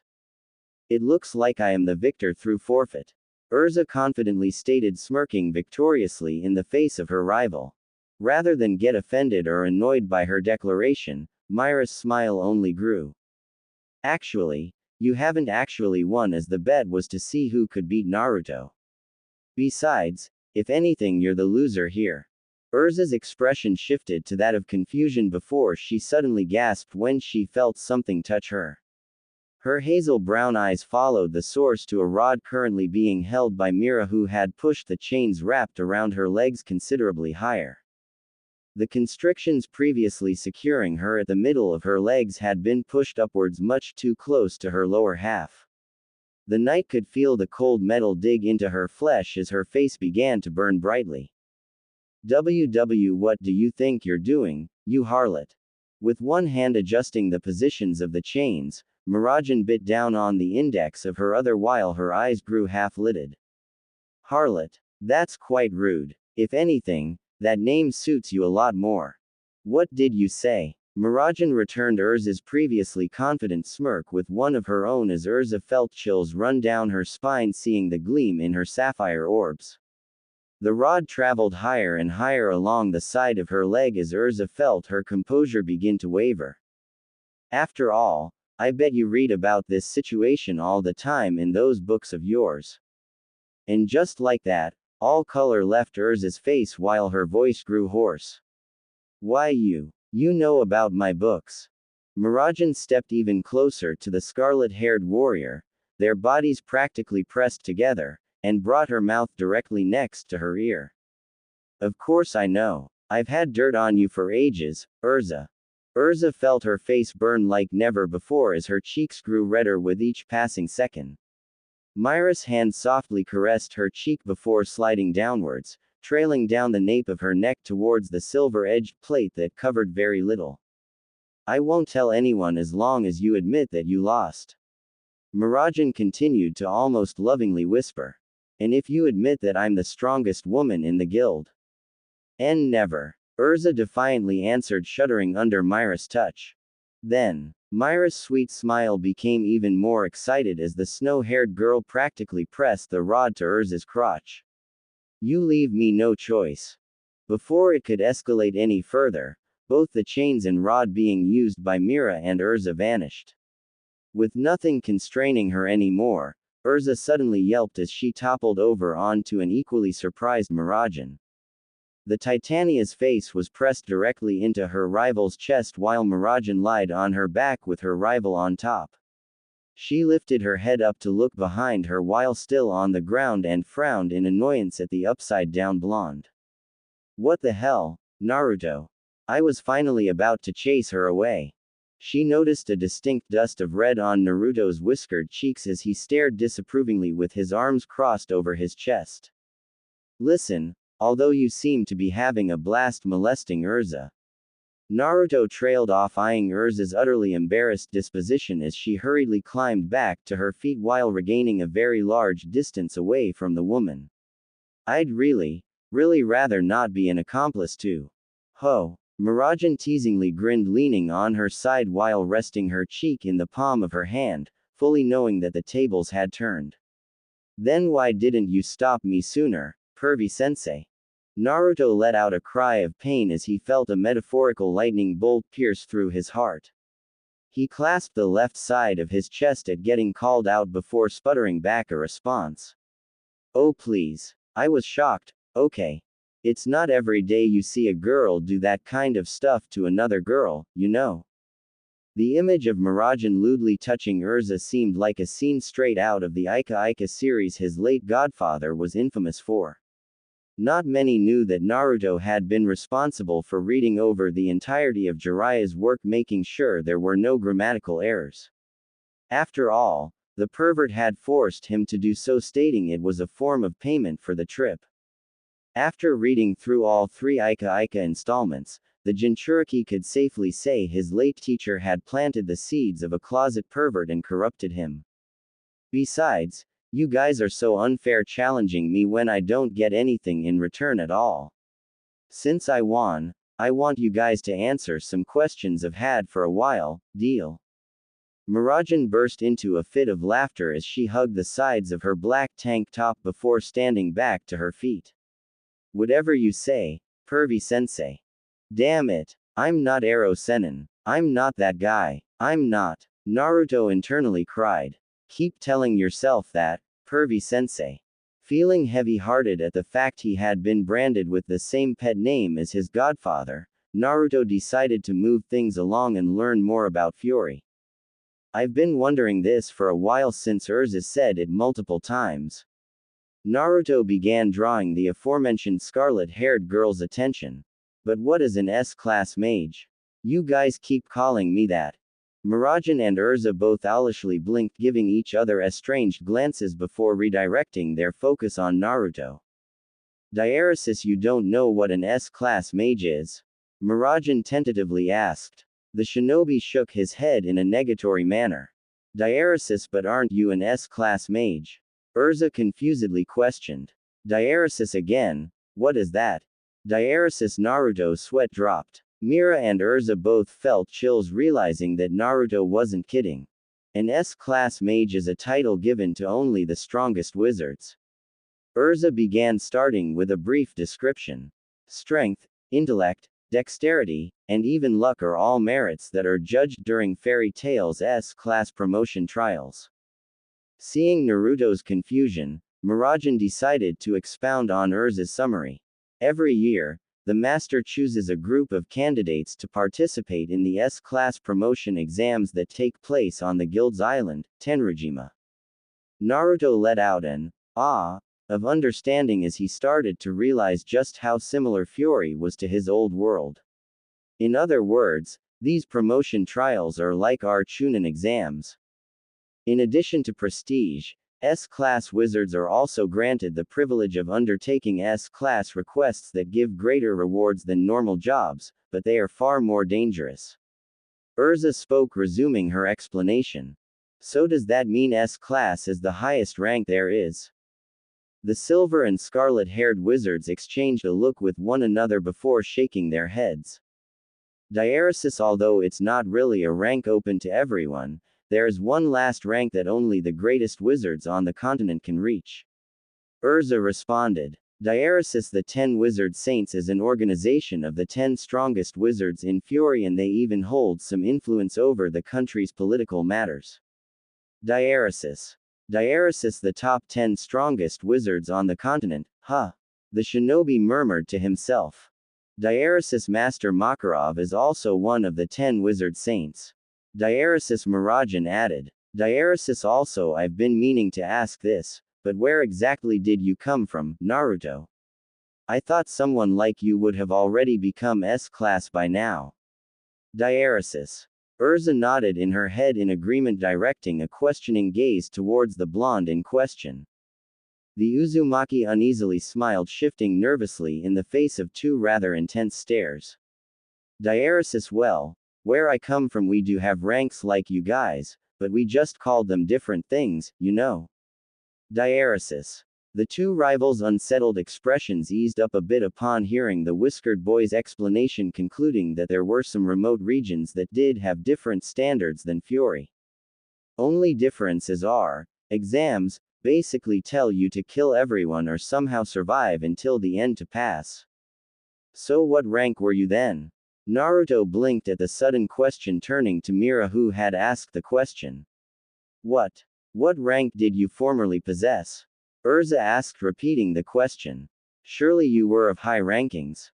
Although it could hardly be called accurate, his current and official rank was rather embarrassing, as the Jinchuriki sheepishly chuckled while averting his gaze. Well, back in my village, I'm actually considered the lowest rank, not counting academy students who are all 9 to 11 years old. Urza and Mirajan's facial features paled considerably, their minds going blank and failing to register what they had just heard. You've gotta be joking. Mira tonelessly spoke. Sadly, I'm not. Naruto embarrassedly chuckled. So you mean to say that there are even 10-year-olds who are as capable as you? Urza hollowly questioned. Oh, no, of course not. The whiskered Jinchuriki immediately interjected, waving his hands in an attempt to clear away the confusion. Seeing Mira and Urza relax, albeit slightly, the ninja from another world decided to elaborate further. I took the promotion exam when I was 13, but there were complications. What do you mean by complications? Mira curiously asked. Naruto scratched the side of his cheek, deliberating the best way to explain it both concisely and with detail. Long story short, my village was attacked during the exam, my friends were hurt, and at the end of it our leader died in the invasion. The two wizards' eyes widened before their owners simultaneously lowered their heads in an apology. Sorry, I didn't mean to pry too much. Mira apologized. I as well, Urza supplemented. Waving his hands in a disregarding manner, Naruto gave an eye smile to the two. Don't worry about it, it's all in the past. Anyway, because of that attack, I had to leave the village to train, and I never really had the time to take a promotion exam after that for years. But if that's the case, then I'm sure you'll pass the S-class promotion trials this year. Urza had been the one to suddenly speak up, slightly surprising both Naruto and Mirajan. The silver-haired mage looked towards her training partner and nodded as well, wholly agreeing with Urza's declaration. Her eyes suddenly lit up as an idea came to mind. Hey, I have an idea. Since you can't take on S-class quests at the moment, I'll take you on one with me so that I can show you what it's like. The Titania's gaze snapped towards her rival in shock, as she had the same idea mere seconds ago. Wait a minute. Okay. Sure. Naruto answered with a grin. I could use the reward money, too. Mirajan directed a sideways smirk towards Urza, who clenched her fist in annoyance. Perfect. Then how about we meet up later at the Guildhall? I'll clean up here. Naruto blinked, rather surprised at the offer to clean up their training area. Although there wasn't a huge mess, there was still a makeshift fire pit with burnt lumber and scattered rocks, along with a wooden training dummy made reusing a fallen tree. Seeing Mirajan nod her head in affirmation, Naruto smiled in thanks, nodding his head in gratitude before taking off. Mira maintained a sweet, bubbly smile as she waved him off, watching his departing back in the distance. Now that we're by ourselves, I'd like you to know that I'd appreciate it if you could stop trying to steal my training partner. She casually spoke to the girl beside her. Although Mirajan had witnessed Naruto create clones on numerous occasions, she doubted Urza possessed the same knowledge, which is why she decided to take advantage of that fact. Urza crossed her arms over her plate, a neutral expression marking her features. Oh, please. I'm sure Naruto would be more than willing to assist me in my own training. What reason could you possibly have to treat him like he's yours? A look of annoyance crossed the takeover mage's countenance. Just the thought of Urza creating the gap annoyed her enough, but the thought of Naruto being alone with her rival Urza made things a little bit more than uncomfortable. It was quieter than mouse but louder than a forest breeze. She watched as the charismatic, whiskered boy became smaller and smaller in the distance before murmuring words heard by herself and herself alone. Because it was a promise. She childishly whispered. Fairy Tale Guildhall. Naruto had just arrived to the Fairy Tale Guildhall, pushing aside its wooden doors and entering a jovial morning atmosphere. As he took the time to observe his surroundings, he noticed that a few members had already entered early. Makarov was stationed at his usual position of the bar's countertop, sitting cross-legged with his eyes closed in either thought or rest. The older men he saw at the cemetery before, Mikao and Wakaba, were drinking with a girl around his age despite it still being early in the day. Over by a wall lined with sheets of paper, the ninja assumed that was where you found job requests. A man with chin-length black hair and tribal wear stared intently at each paper as if entranced. Martial arts films. A couple tables away, a very bulky, roundish man used a brush and palette to create a portrait, carefully measuring each stroke with an attentive eye. There wasn't that much activity considering it was pretty early in the morning, but there were still a good amount of mages already ready to begin their days. Natsu was a prime example as he ran up towards the blonde along with a flying happy. Hey Naruto, what are you doing here so early? He excitedly asked. I'm actually waiting on Mira to get here. Natsu adopted a look of confusion, giving a strange glance to Happy, who returned the gesture. Why are you waiting for Mira to get here? Aren't you scared of her? This time it was Naruto's turn to be confused. Why would I be scared of her? Besides, she said she's going to take me on an S-class job to see what it's like. Natsu's expression was that of shock as his jaw nearly hit the ground. What? The shinobi's confused look was still apparent as he rubbed the back of his neck uncomfortably in the face of Natsu's intensive stare. Diaresis, is there something wrong with that? Natsu recovered from his initial shock, fumbling with his response. Diaresis well, not really, since S-class mages can take non-S-class mages with them, but still, you just joined a couple weeks ago. They're supposed to be really dangerous too. Naruto gave an eye smile to the fire dragon slayer before ruffling his hair in an amused manner.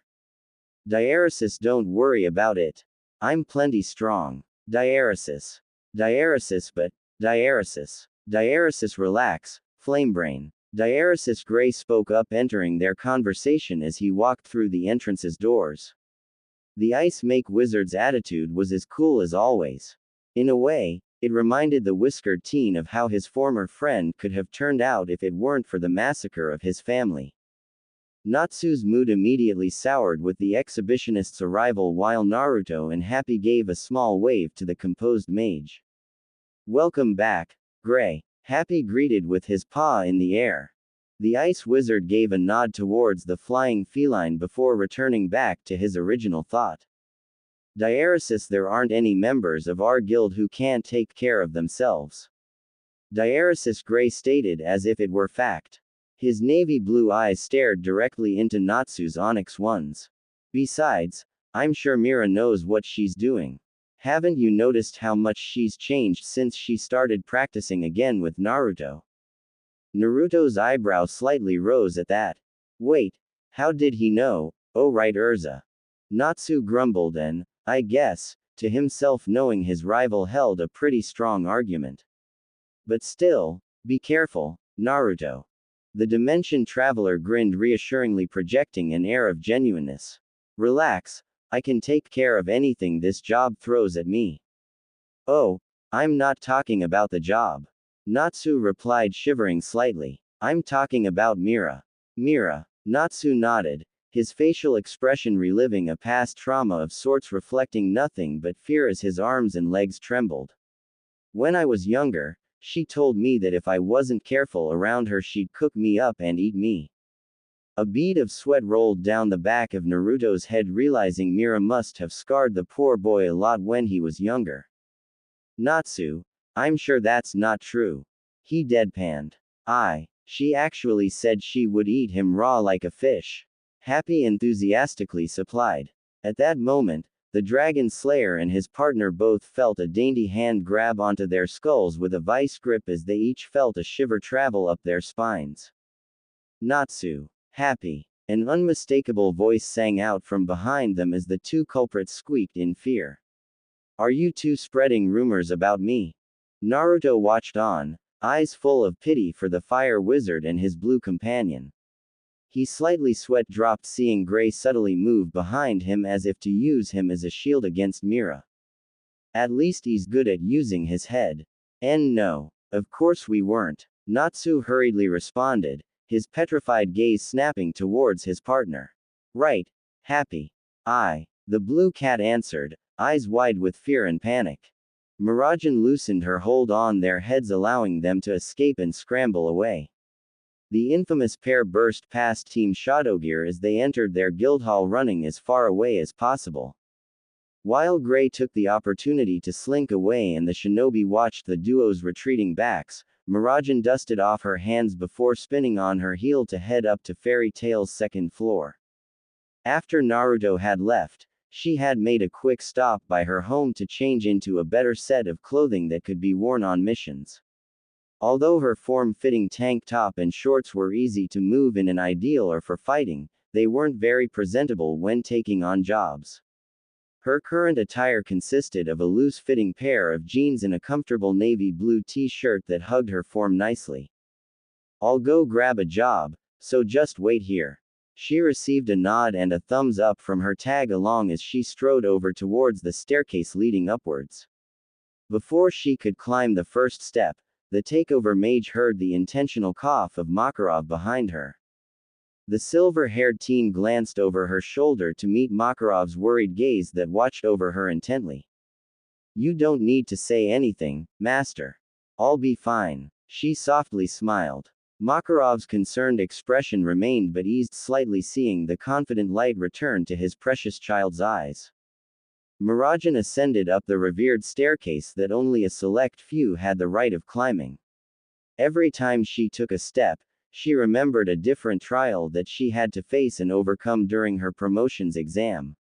The blood, the sweat, and the tears that she shed were all a part of her efforts to reach this point, and she would never take them lightly. Reaching the top of the steps, she moved towards the S-Class job request bulletin that displayed a single job in comparison to the board downstairs that held a plethora. Investigate the disappearance of a town's women, reward 20 million jewels. Mira read aloud as she ripped the sheet off the board. Are you seriously going to take that request? A voice suddenly questioned from behind. Miragen turned around to see Laxus sprawled out on the upper level's couch with his hands resting behind his head, eyes shut, and headphones blasting away. The grandson of the master was a wizard of exceptional talent and strength who had more than proved his rank as S-Class. I thought you would have quit by now after seeing how pitiful your magic power was a few weeks ago. In addition to his impressive strength, Laxus was also very arrogant and condescending. He was a boastful and boorish individual who took too much pride in his status as an S-Class and lorded it over the rest of the Fairy Tail Guild. Even during the few scarce encounters she had with the grandson of the third master, she could always see a resentful gleam in his eyes. It wasn't directed solely towards her, but was instead directed towards everyone other than his personal followers. It amazed Miragen by just how different two blood-related individuals could be as she adopted an expression of indifference. If that's all you have to say, then I'm leaving Laxus. Laxus derisively snorted as he sat up and swung his legs over the couch. He rested his cheek in the palm of his hand that propped itself up on the S-Class wizard's leg while a haughty smirk stretched across his features, threatening to split his lightning bolt-shaped scar in two. Oh, yeah, I heard you're bringing the greenhorn with you. Do me a favor and try not to lose the new guy too. It won't do for the guild's reputation if we somehow manage to lose our newbies like flies. Miragen's jaw tightened while her fists balled themselves tightly. Over the years, Laxus had grown to become increasingly more unbearable, with a large number of the guild wishing for him to get taken down a peg. Before she could answer with a harsh retort, she suddenly stopped and smiled as an even better idea came to mind. "I wouldn't worry about us if I were you," she evenly responded with an innocent smile.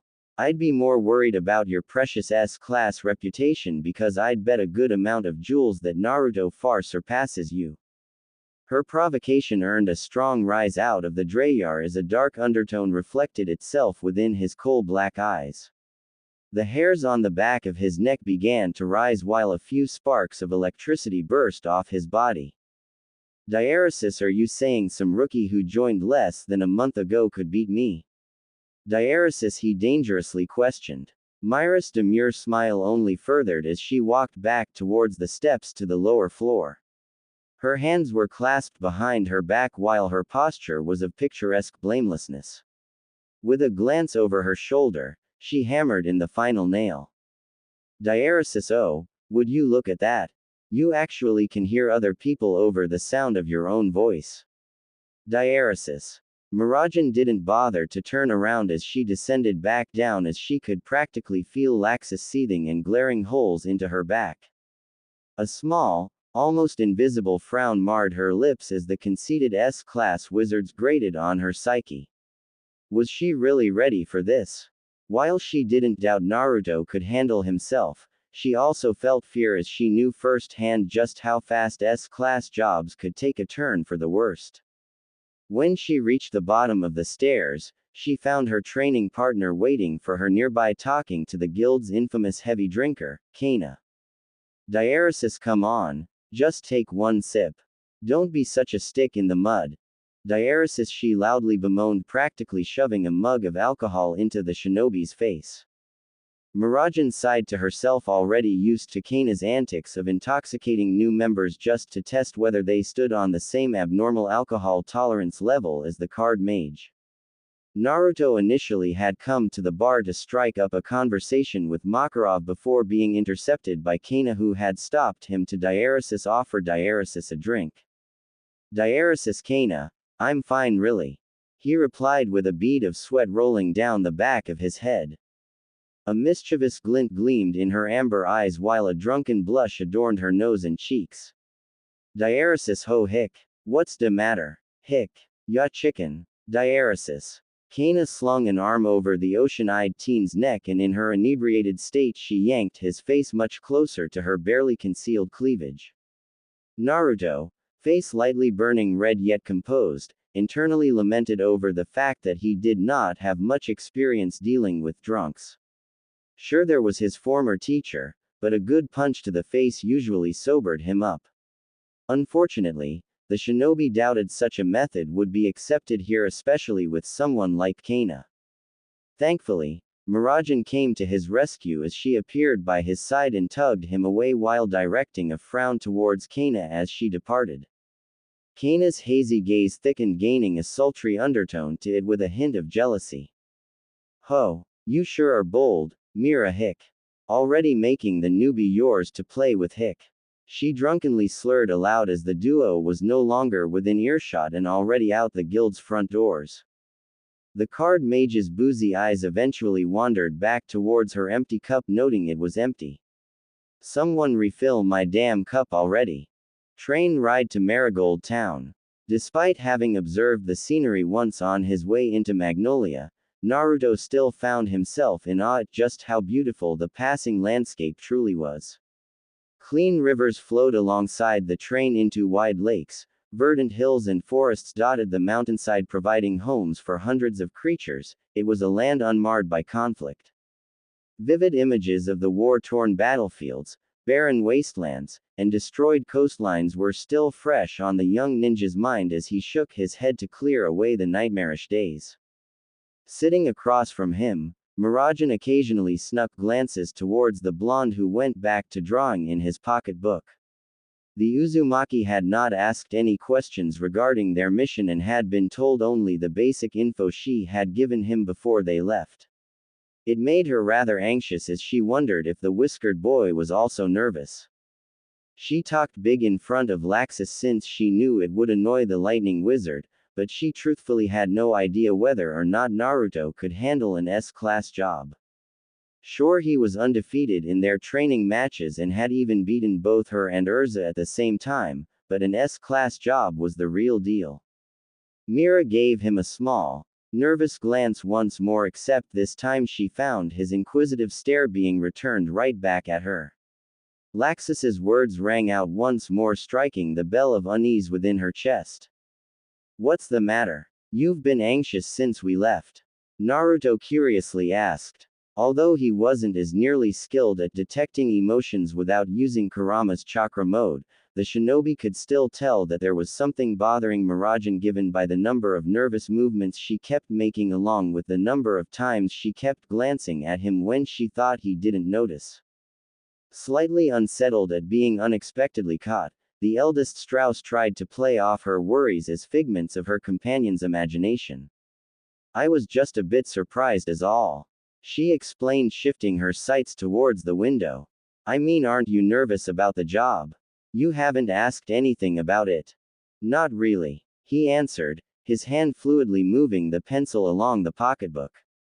"The job flyer only says the reward and where to go, so I figured I'd get the job's important details from the person who made the request." Naruto paused to observe his work. At the moment, he was recreating the seal he used against Miragen in training, making sure it was perfect to the last stroke. It wasn't very practical to use small pieces of paper in actual situations, but he figured it would be more important to learn and memorize the seal first before crossing that bridge. He suddenly smiled as an idea came to him. "Actually, I do have a question." Really?" Mira responded with a hint of surprise underlying her tone. "What is it? Did you actually eat kids when you were younger?" Miragen's face slowly turned a bright shade of red as Naruto's words sank in. In a combination of both embarrassment and anger, she stood up to her feet, looming over Naruto despite the latter being 5 to 6 inches shorter while sitting down. "That's a lie and you know it. I only said that to Natsu because he wouldn't stop challenging me to fights all the time." The Strauss's chest rose up and down, taking in air after having to abruptly shout. The whiskered mischief maker snickered in amusement at his companion's reaction. "You look more relaxed now. We haven't even started the job yet, so just take it easy, you know." His ocean eyes had already returned to the notebook in his lap as he continued to practice his seal writing. Miragen's lips frowned in a sulking manner, but she couldn't argue with the blonde's logic. She eventually shifted her attention towards the book that Naruto had been writing in ever since they boarded the train. The shinobi felt the cushion beneath him shift with the addition of more weight as Miragen moved to sit next to him rather than across. Her curious gaze wandered over his notebook, trying to make sense of the foreign shapes and characters. "That reminds me, what exactly do those symbols mean? I remember you were drawing those back in the forest too." "They're called seals," Naruto answered, flicking the pencil he was drawing with around his thumb with a grin. Miragen, on the other hand, was left with a more or less confused impression. Seals, the very word itself seemed like a foreign concept. Despite the brash personality she once retained years ago, she had still been considered quite knowledgeable on the numerous types of magic used by wizards. Yet in the years of her tenure as an S-class wizard, not once had she heard or seen a magic remotely similar to what Naruto used. Noticing her clearly complex countenance, Naruto flipped his book's pages closer towards the front of his pocketbook in order to provide a more detailed explanation. He held the book up, displaying 2 pages side by side. "Do you see anything out of the ordinary with these?" Scanning over both pages, she noticed a clear difference in the way one page contained more symbols than the other. Although they're called seals, sealing things away isn't their only use. They can be used for a lot of different things, like makeshift bombs, power sealers, or in the more advanced cases. Miragen's eyes suddenly lit up, recollecting a certain memory that happened not too long ago while drowning out the blue-eyed boy's voice. It was when the eccentric teen had shown up outside her home asking her to take him grocery shopping. He handed her a piece of paper that didn't make sense to her then, unlike it did now. Barriers, teleportation, or even gravity manipulation. Mirajan guessed, surprising the otherworldly ninja. Yeah, I've actually been working on that one for the past week. How do you know that? I remember it was on your list of reminds that you accidentally showed me before we went shopping. Quick question though. Naruto felt a sudden chill run up his spine in the face of Myra's all too bright smile. Who exactly were you planning to test these seals on? A few thoughts had crossed Myra's mind almost immediately after realizing just how often the blonde worked on those seals of his and after he had explained their potential uses. The first was the trick behind his teleportation ability. When they had teleported to Natsu and Lizana's first home, she saw an insignia with similar characters nearby on a rock. The second was his use of seals and his guinea pig for them. He already used one in their training fight with Urza, so who was to say he wouldn't use them again? Naruto averted his gaze, innocently whistled while a bead of sweat ran down the back of his head. His blue eyes peeked to the side, glancing to see if Mira had stopped staring. She hadn't. Come on, Mira, it's equivalent exchange. We're both training, so it only makes sense that I try out new things, you know. Her sapphire eyes remained unyielding and unamused as they stared into his. If you want, I can just practice on my own clones, no big deal. There was still no change. You want me to use these on Urza, don't you?